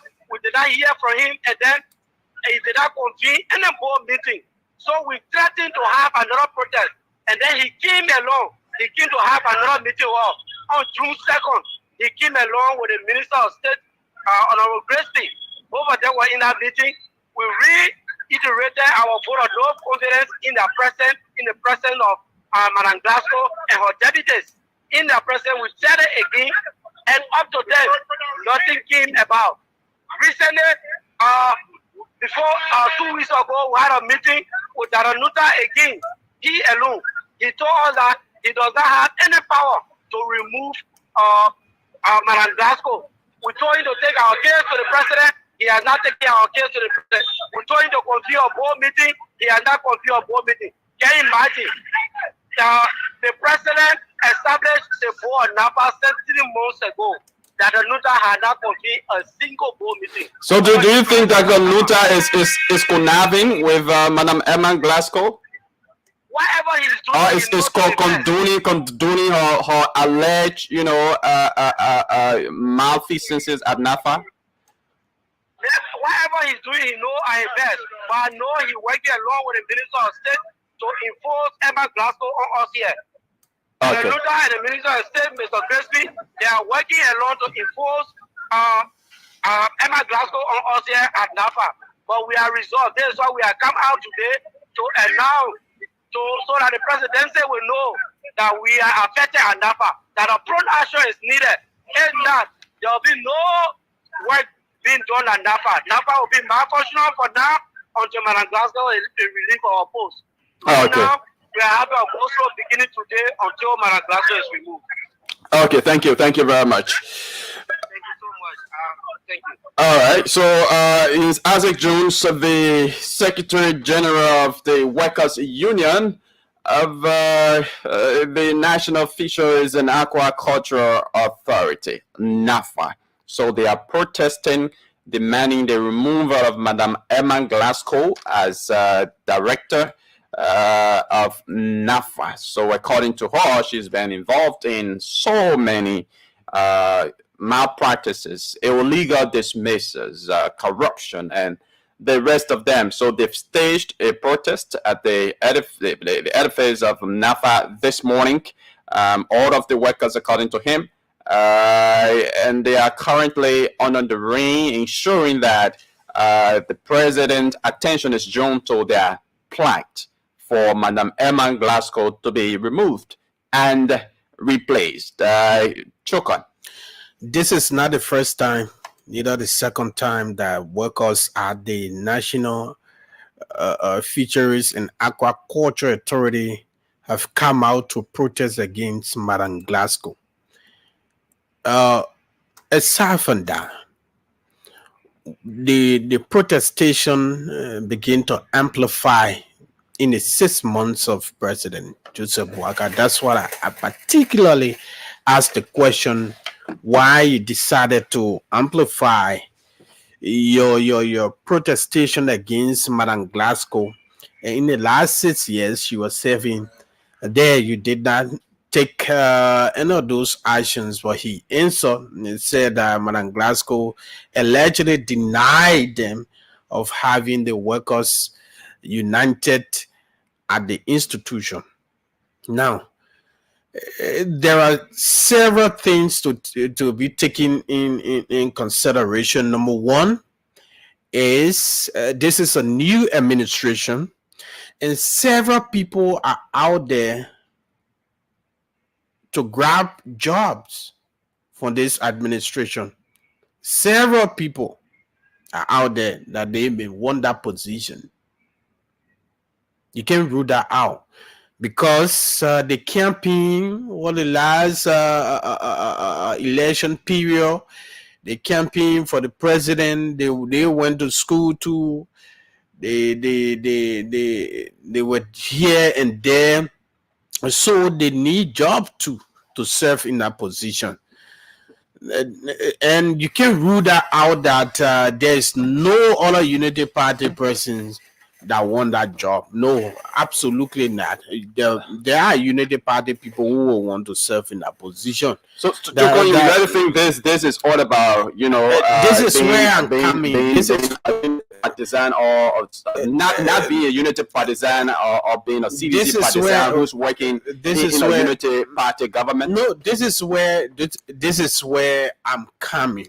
That Madam Glasgow, over the period, has exhibited alleged arrogance to workers, and she proving that she wants to work with people that she wants, but not people based on competence, qualification, and all of that. People that maybe she can use. Those are the kind of people she want to work with. And the workers are saying no. So it's a two-way street, Yagazi. On the other hand, you can't rule it out that there are people within a Unity Party that don't want a job that Madam Glasgow and the rest of the people in the hierarchy of NAFA they have right now. There are people within Unity Party that want that job. So despite she's serving the position of she has tenure position, but there are people who we saw how people were removed on a position here. They went to court, and later on the tenure position people won the case. Later on the president suspended them for investigation. The investigation still ongoing, no outcome yet. You can't rule that out, that people might be after Madam Glasgow.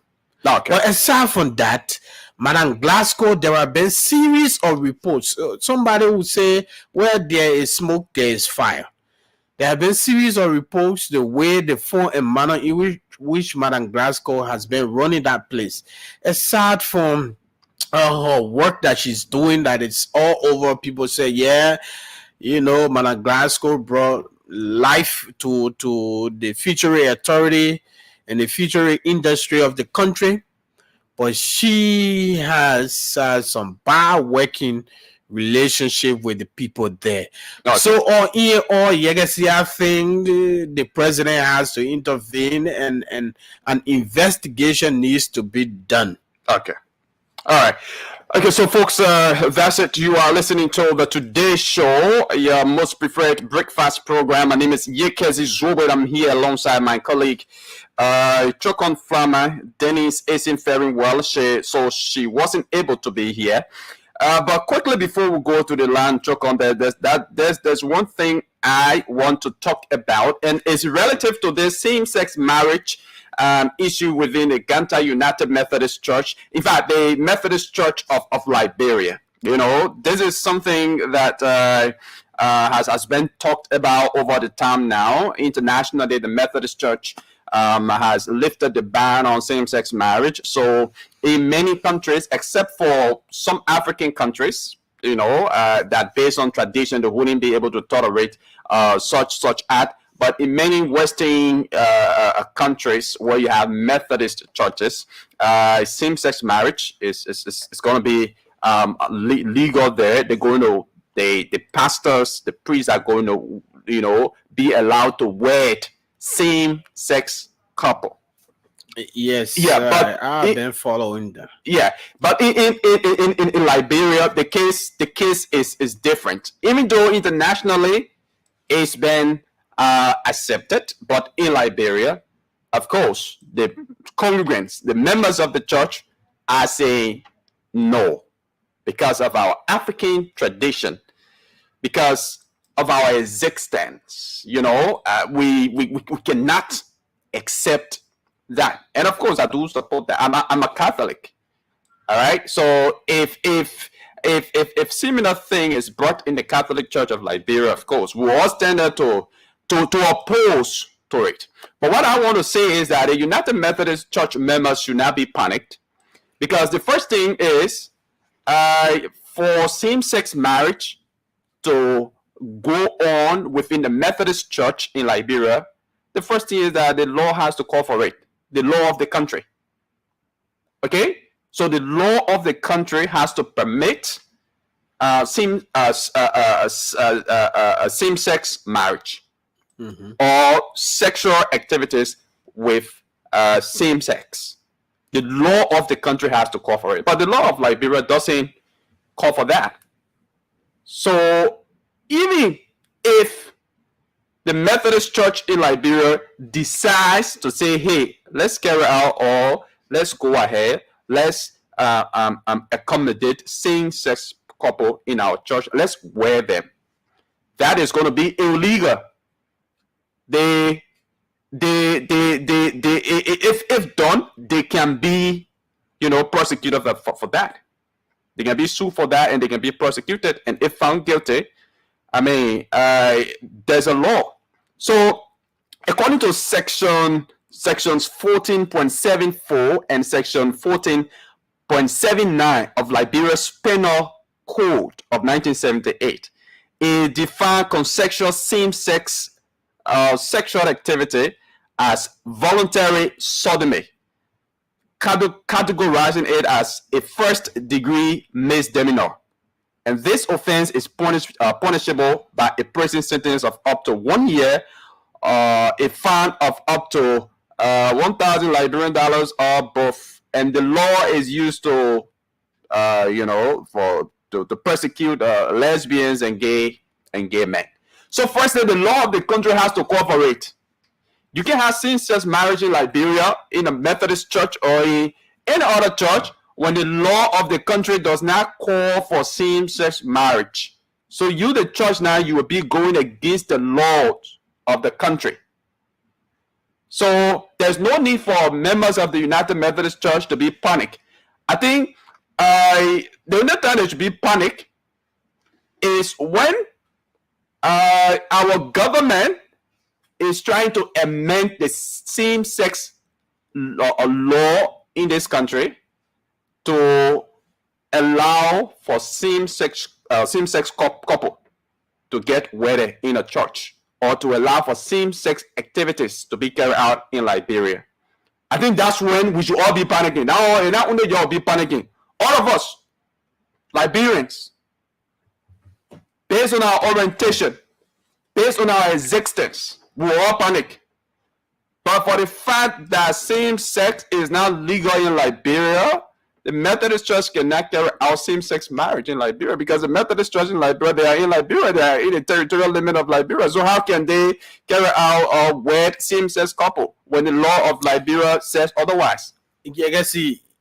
I think the members of the church, they are concerned because in 2019, when the decision was taken after 40 years that the Methodist Church should administer weddings for homosexual pastors and should be preaching in the church and all of that, there was a mandate from churches across the world. One of the churches that left the Methodist Church, one of the branches that left the Methodist Church was the one in Ivory Coast. Across Ivory Coast, they were clear that they cannot accept that. In fact, when you're all over church accept that, it means that you are already part of that. When the headquarters accept it, it means that you are already into it. It is not because your jurisdiction is not called for A. Okay. Well, you can move from here, you go to America, you get married there, you a man, and you come back and you begin to preach in a Liberian church here. Okay. All right. So the Methodist Church in Ivory Coast said, no, we cannot be part of Methodist Church anymore. We will break away. So after the convention, the bishop said there were going to be a special session for a decision to be taken, as I heard. So either Liberia will stay in, because so many other African, not only Ivory Coast, several African countries, they broke away from the Methodist Church because of the decision they took that gay and lesbian pastors will be preaching in the churches. The issue of stigma, because even if you are not, allowing same-sex marriage in a Methodist church in Liberia, but the fact that you bear that name, exactly, that is the protestation there. Is a stigma. Okay, it's a stigma. Aside from that, that's a point. if you are still there, it rubs on of you that you are part of a gay church or a church that accepts gay, homosexual pastors. And how do you even go out there to evangelize? How do you go out there when you tell someone that you're from Methodist church? You know what comes to the mind of that person? The church that has accepted same-sex marriage. So you justify saying Liberia, you want to put it in context. It's acceptable. It still has some reflection on the Methodist church in Liberia. So the members are saying, Yegesi, there should be a strict decision taking. We in or we out. Yeah. That is the decision they want for Bishop Quill and the rest of the people to take, but he had been reneging on calling the special session. And sorry, we should have spoken to Bishop Samuel Jerome Coyle this morning on the show, but unfortunately, I'm not maybe getting we can talk to Bishop Quill and talk to the other side on tomorrow. Yeah, maybe we can do that on tomorrow. It's very serious, Yegesi. Okay. It's very serious. If the Methodist Church headquarters in Washington can accept a gay and lesbian, homosexual pastors to be administering weddings and be preaching in the church, you cannot rule that out in Liberia when you are still part of the Methodist Church. Okay. All right. So, folks, we will now go to the lines. Let's hear from you. 077771075, 077771075, 055510175. We have talked about a whole lot of issues here this morning in Lofa County. Last week, due to the go-slow action of health workers there, a 1-year-old child died as a result of the go-slow action because this child was very sick, taken to the Telewanian hospital there in Vonjama. She was rejected. She was denied medical treatment. The parents took her to a drugstore there, and the drugstore never had the medicine to give her. The particular medicine they wanted from the drugstore was out of stock. So the parents decided that, they sleep with her there in Vonjama and early morning rush her to Guinea for medical treatment. But before 12 a.m. that night, Sona Trawale, that's the name of the 1-year-old child. That's a female. She died.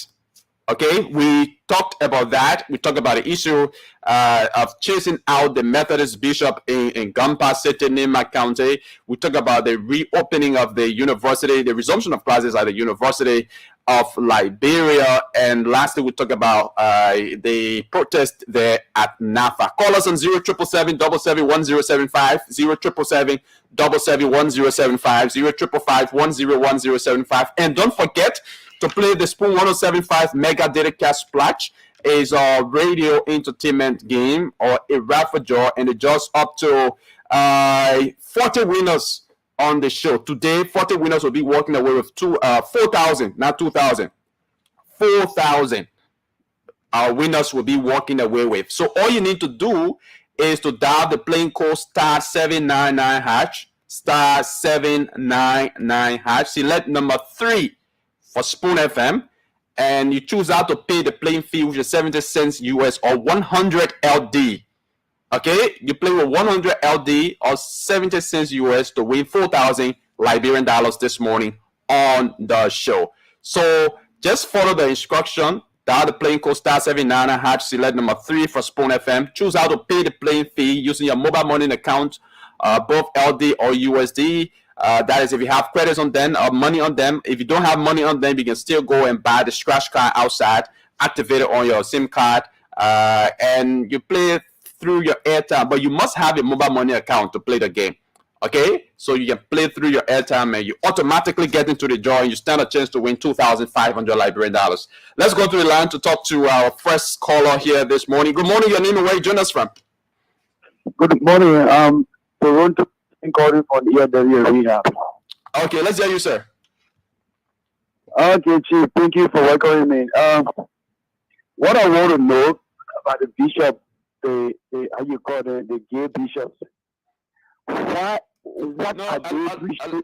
Who the gay bishop you talking about? We're not calling any bishop here in Liberia gay bishop.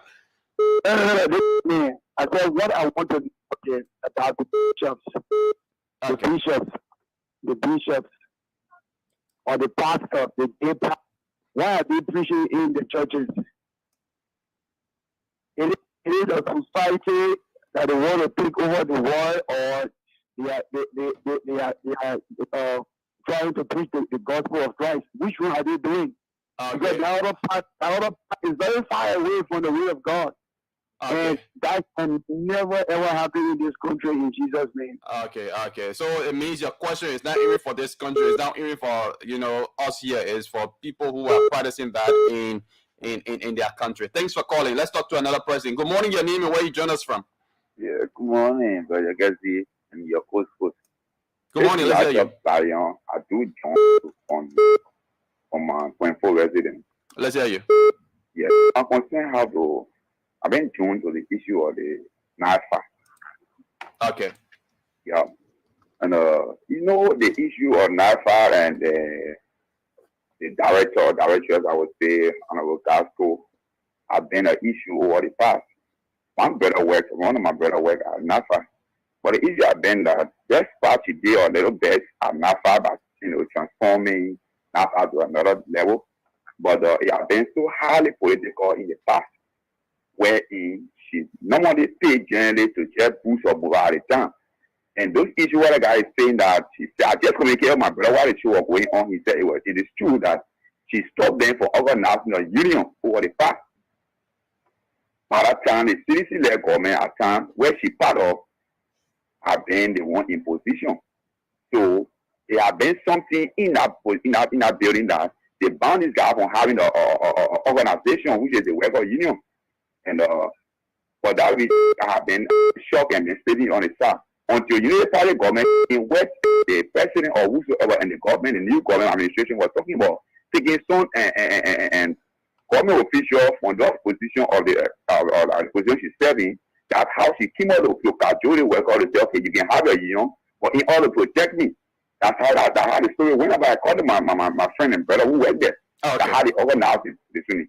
So that's what the guy says is that if you have been very more wicked and very more wicked to the people of NAFA. So that's the issue. So I think that the government can come in, executive can go in and say, but I think it needs to be changed. Thank you very much. Let's talk to another person. Good morning, your name and where you join us from. Yeah, good morning. My name is Kofi Kamara calling from Dupo Road. Kamara, let's hear you, sir. Okay, I want you to give me a clear, vivid, understanding on the game about the mobile. Okay, so just hang up the line. Listen, yeah. I just want to ask a short question, please. Yeah, what is it? Yeah, so when you put the 799 star 799 hash, you select number 3 for Spoon FM. Yeah. Okay, so do I need to press anything else, or I just okay from there? So you select the number 3, and you're going to see your next thing you go to is to choose how to pay the playing fee. Oh, okay. Okay, so you see either your airtime or your mobile money account. You see airtime or Momo. So it's either you select Momo. That is if you have money on your mobile money account, you select the number there for Momo.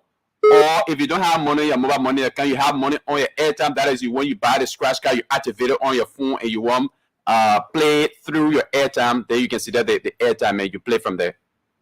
Okay, thank you. Thank you. Play and you stand a chance to win 4,000 Liberian dollars here this morning. Let's talk to this person. Good morning, your name and where you join us from. Good morning.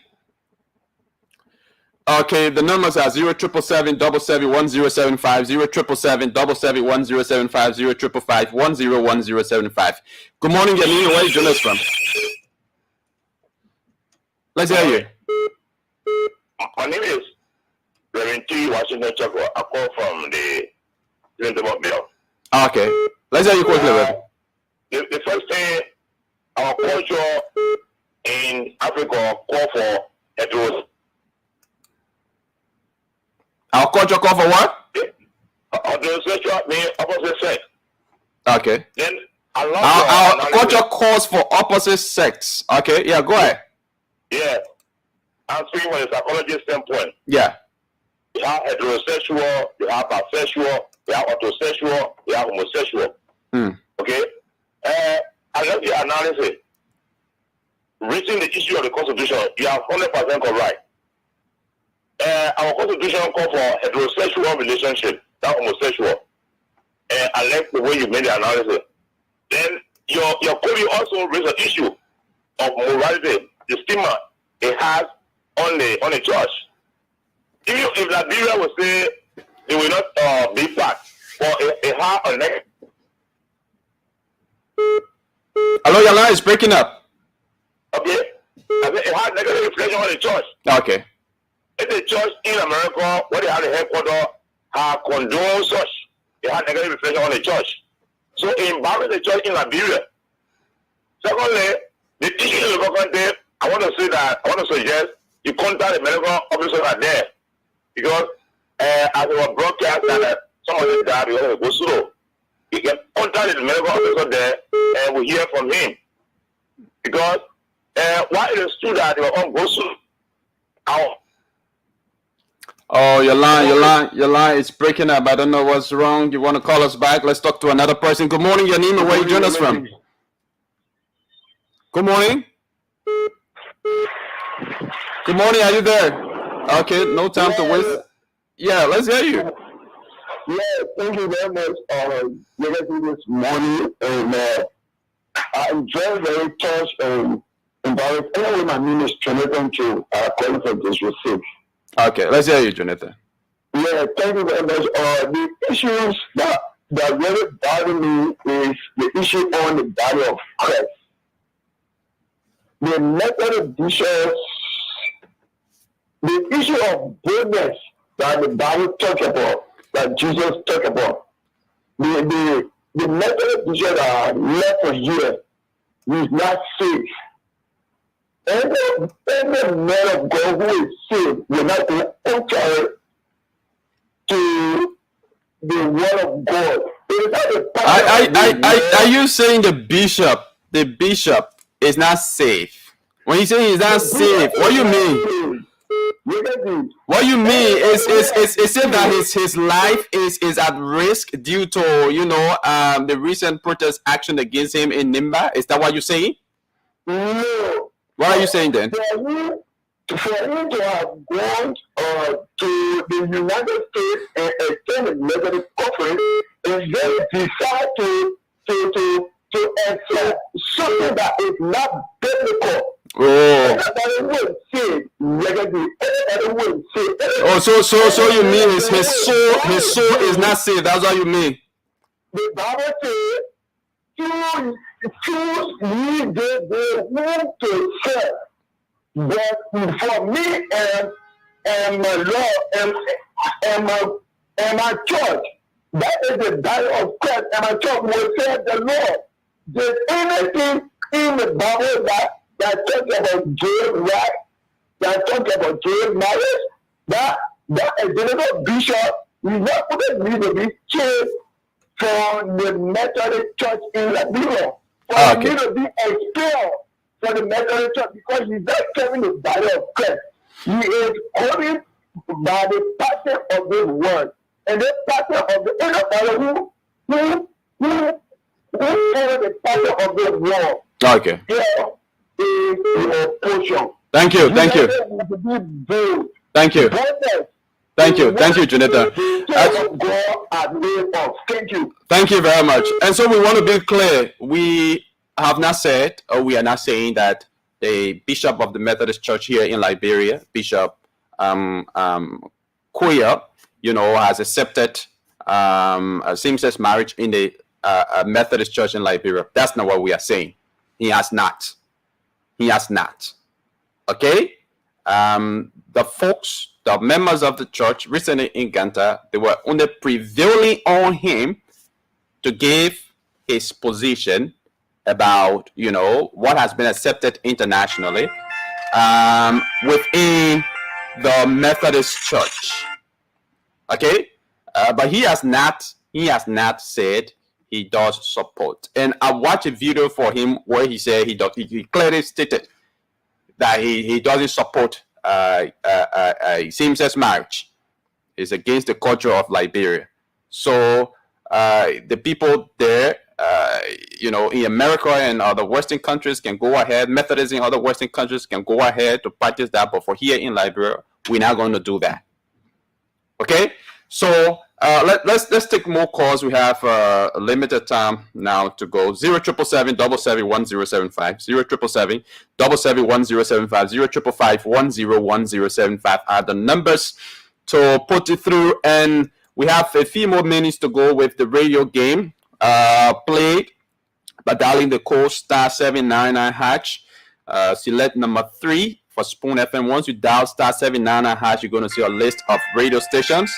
And of course, Spoon FM is at number 3. Select number 3, and you choose how to pay the playing fee, which is 70 cents US or 100 Liberian dollars. You can play using your mobile money account, both your LD or US account. That is, if you have money on them.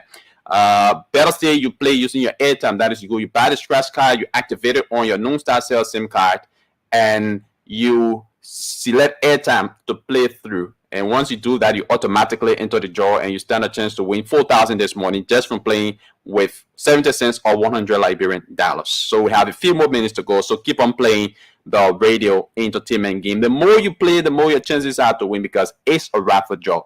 Let's go back to the line. Good morning, your name and where you join us from. Good morning, let's hear you. Okay, I'm Dave, as we said, I'm calling from the Federal Road to be precise. Okay, go ahead. Yeah, better. I think I've been joined to the Methodist, one politics, the Bible says that people should not choose. And moreover, it's unethical when it comes to our tradition. In the God of God the Other, and later. You want to lower the volume of the radio or walk away from it, please? Yeah, and later if it was prudent for men to live alone, then God was the other alone. But God being woman, to help others. It's very much bad. I'm feeling bad, my brother. Why should the Church of Jesus Christ practice such a bad habit? Why? I wonder if you ever heard that John and Emma born before. John and Emma never born because they have a suicide whatsoever. Why should the church that should take somebody from the world to Christ is behave that way? Because what? Because money? What will go in and I will carry back to to the good your brother. Oh, my Lord, this boy offended. I'm down. It's very wrong. Thank you very much. Thank you. Let's talk to another person. Good morning, your name and where you join us from. My name is Jackson Harris Sr., calling from Zone Balakri. Okay, go ahead. Let's hear you. Yeah, my attention goes to the mentally. Whatever he did, how to call in America, no, we are here too. We will not buy by it because our culture is not go by that. Whether you do it or you agree with such a thing in your setting or in your dodging, other countries, the way the Nimba came out, the other church of the Methodist Church in Nimba, they came out. That is good. If he did that, really, they should suspend or they should take him from the Methodist Church. They should put him up for student or he should get a position, but he should no longer be a member of that church. Really, what I really see. And you can see, really, I thank Almighty God for me to just come on the show. Really, I wanted for you to do something. You knocking and down for me. What is it? My 2 eyes hurting. Okay, really so just call us after the show. Yeah, let's call us on this number. Yeah, let's talk about that. Okay, yeah. All right, thank you very much. Let's talk to this person. Good morning, your name and where you join us from. Good morning, Good morning to the Liberian people. Good morning. Let's hear you. This boss is Fode Mohammed Kakwa, political team, and I do join the conversation this morning from the headquarters of the Movement for Intellectual Exchange in Kayatan. Okay. I will speak to the issue of the protestation, because I'm not really too good at speaking on religious matter. You see, for me, I see the entire protestation in any position as something being planned since the day the government went against those tenuous position, and then they went to court, and the court ruled in the people's favor. From that day up to now, the government not going against you, they're going to you and say, move from your place. But there's another tactic that they are putting in place. Organize the workers, cause some problem, cause some chaos, so that it will draw the attention of the president, and he will come there and they suspend. He will just say, okay, you are suspended for time of and we're going to go through investigation. This is what happened in University of Liberia. This is what happened in University of Liberia. And same will happen to NAFA. The president will intervene and suspend Emma Glasgow. Say political can say it will happen before the week ends. Emma Glasgow will be suspended for time indefinite, and somebody that they get interested will go and act. And the person will remain acting until maybe when both forget everything, then they do what they want to do. This is not the government we envisage. I told you can see that I open up to supporting this government until 2029. So they will not continue to travel on the wrong path, and we hear there will not be a person call. Okay, thank you, political. Let's talk to another person. Good morning, your name and where you join us from? Good morning. Good morning. Let's hear you quickly.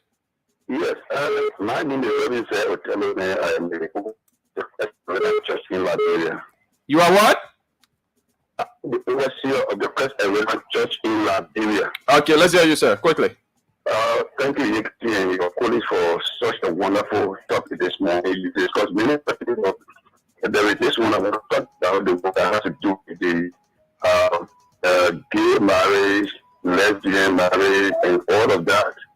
I think when you go to the Bible, which is our lifeguard, in Genesis chapter 2, verse 8, the Lord God said, it is not good that it should be alone. I will make you a help people, which will help us in the context. Then when you go to 21, it says, and the Lord of a district fall upon Adam in his flesh. Took of his ribs, he closes small death of verse 22, the Lord voice is the ribs. Man of God, your line is breaking up, and moreover, we don't have the luxury of time, unfortunately. So, folks, that's all the time we have to be here. Thanks for calling in and making your contributions towards the show this morning. It's been a wonderful time here. We'll be back here again with another thunderstriking edition of the show tomorrow. Jokon, myself, and hopefully, if Denise will be well by that time, of course, she will be here. And again, I'd like to wish her speedy recovery. Jokon, finally, what do you have to say? No, it was an interesting show, and we hope to be here on tomorrow. Okay, thank you very much. So, folks, it's been a wonderful time. And for those of you who play the radio game, start checking your phone at about this time now, because the draw is being drawn. It's been drawn. There are a lot of winners, a lot of winners. We are drawing here. So, start checking your phones.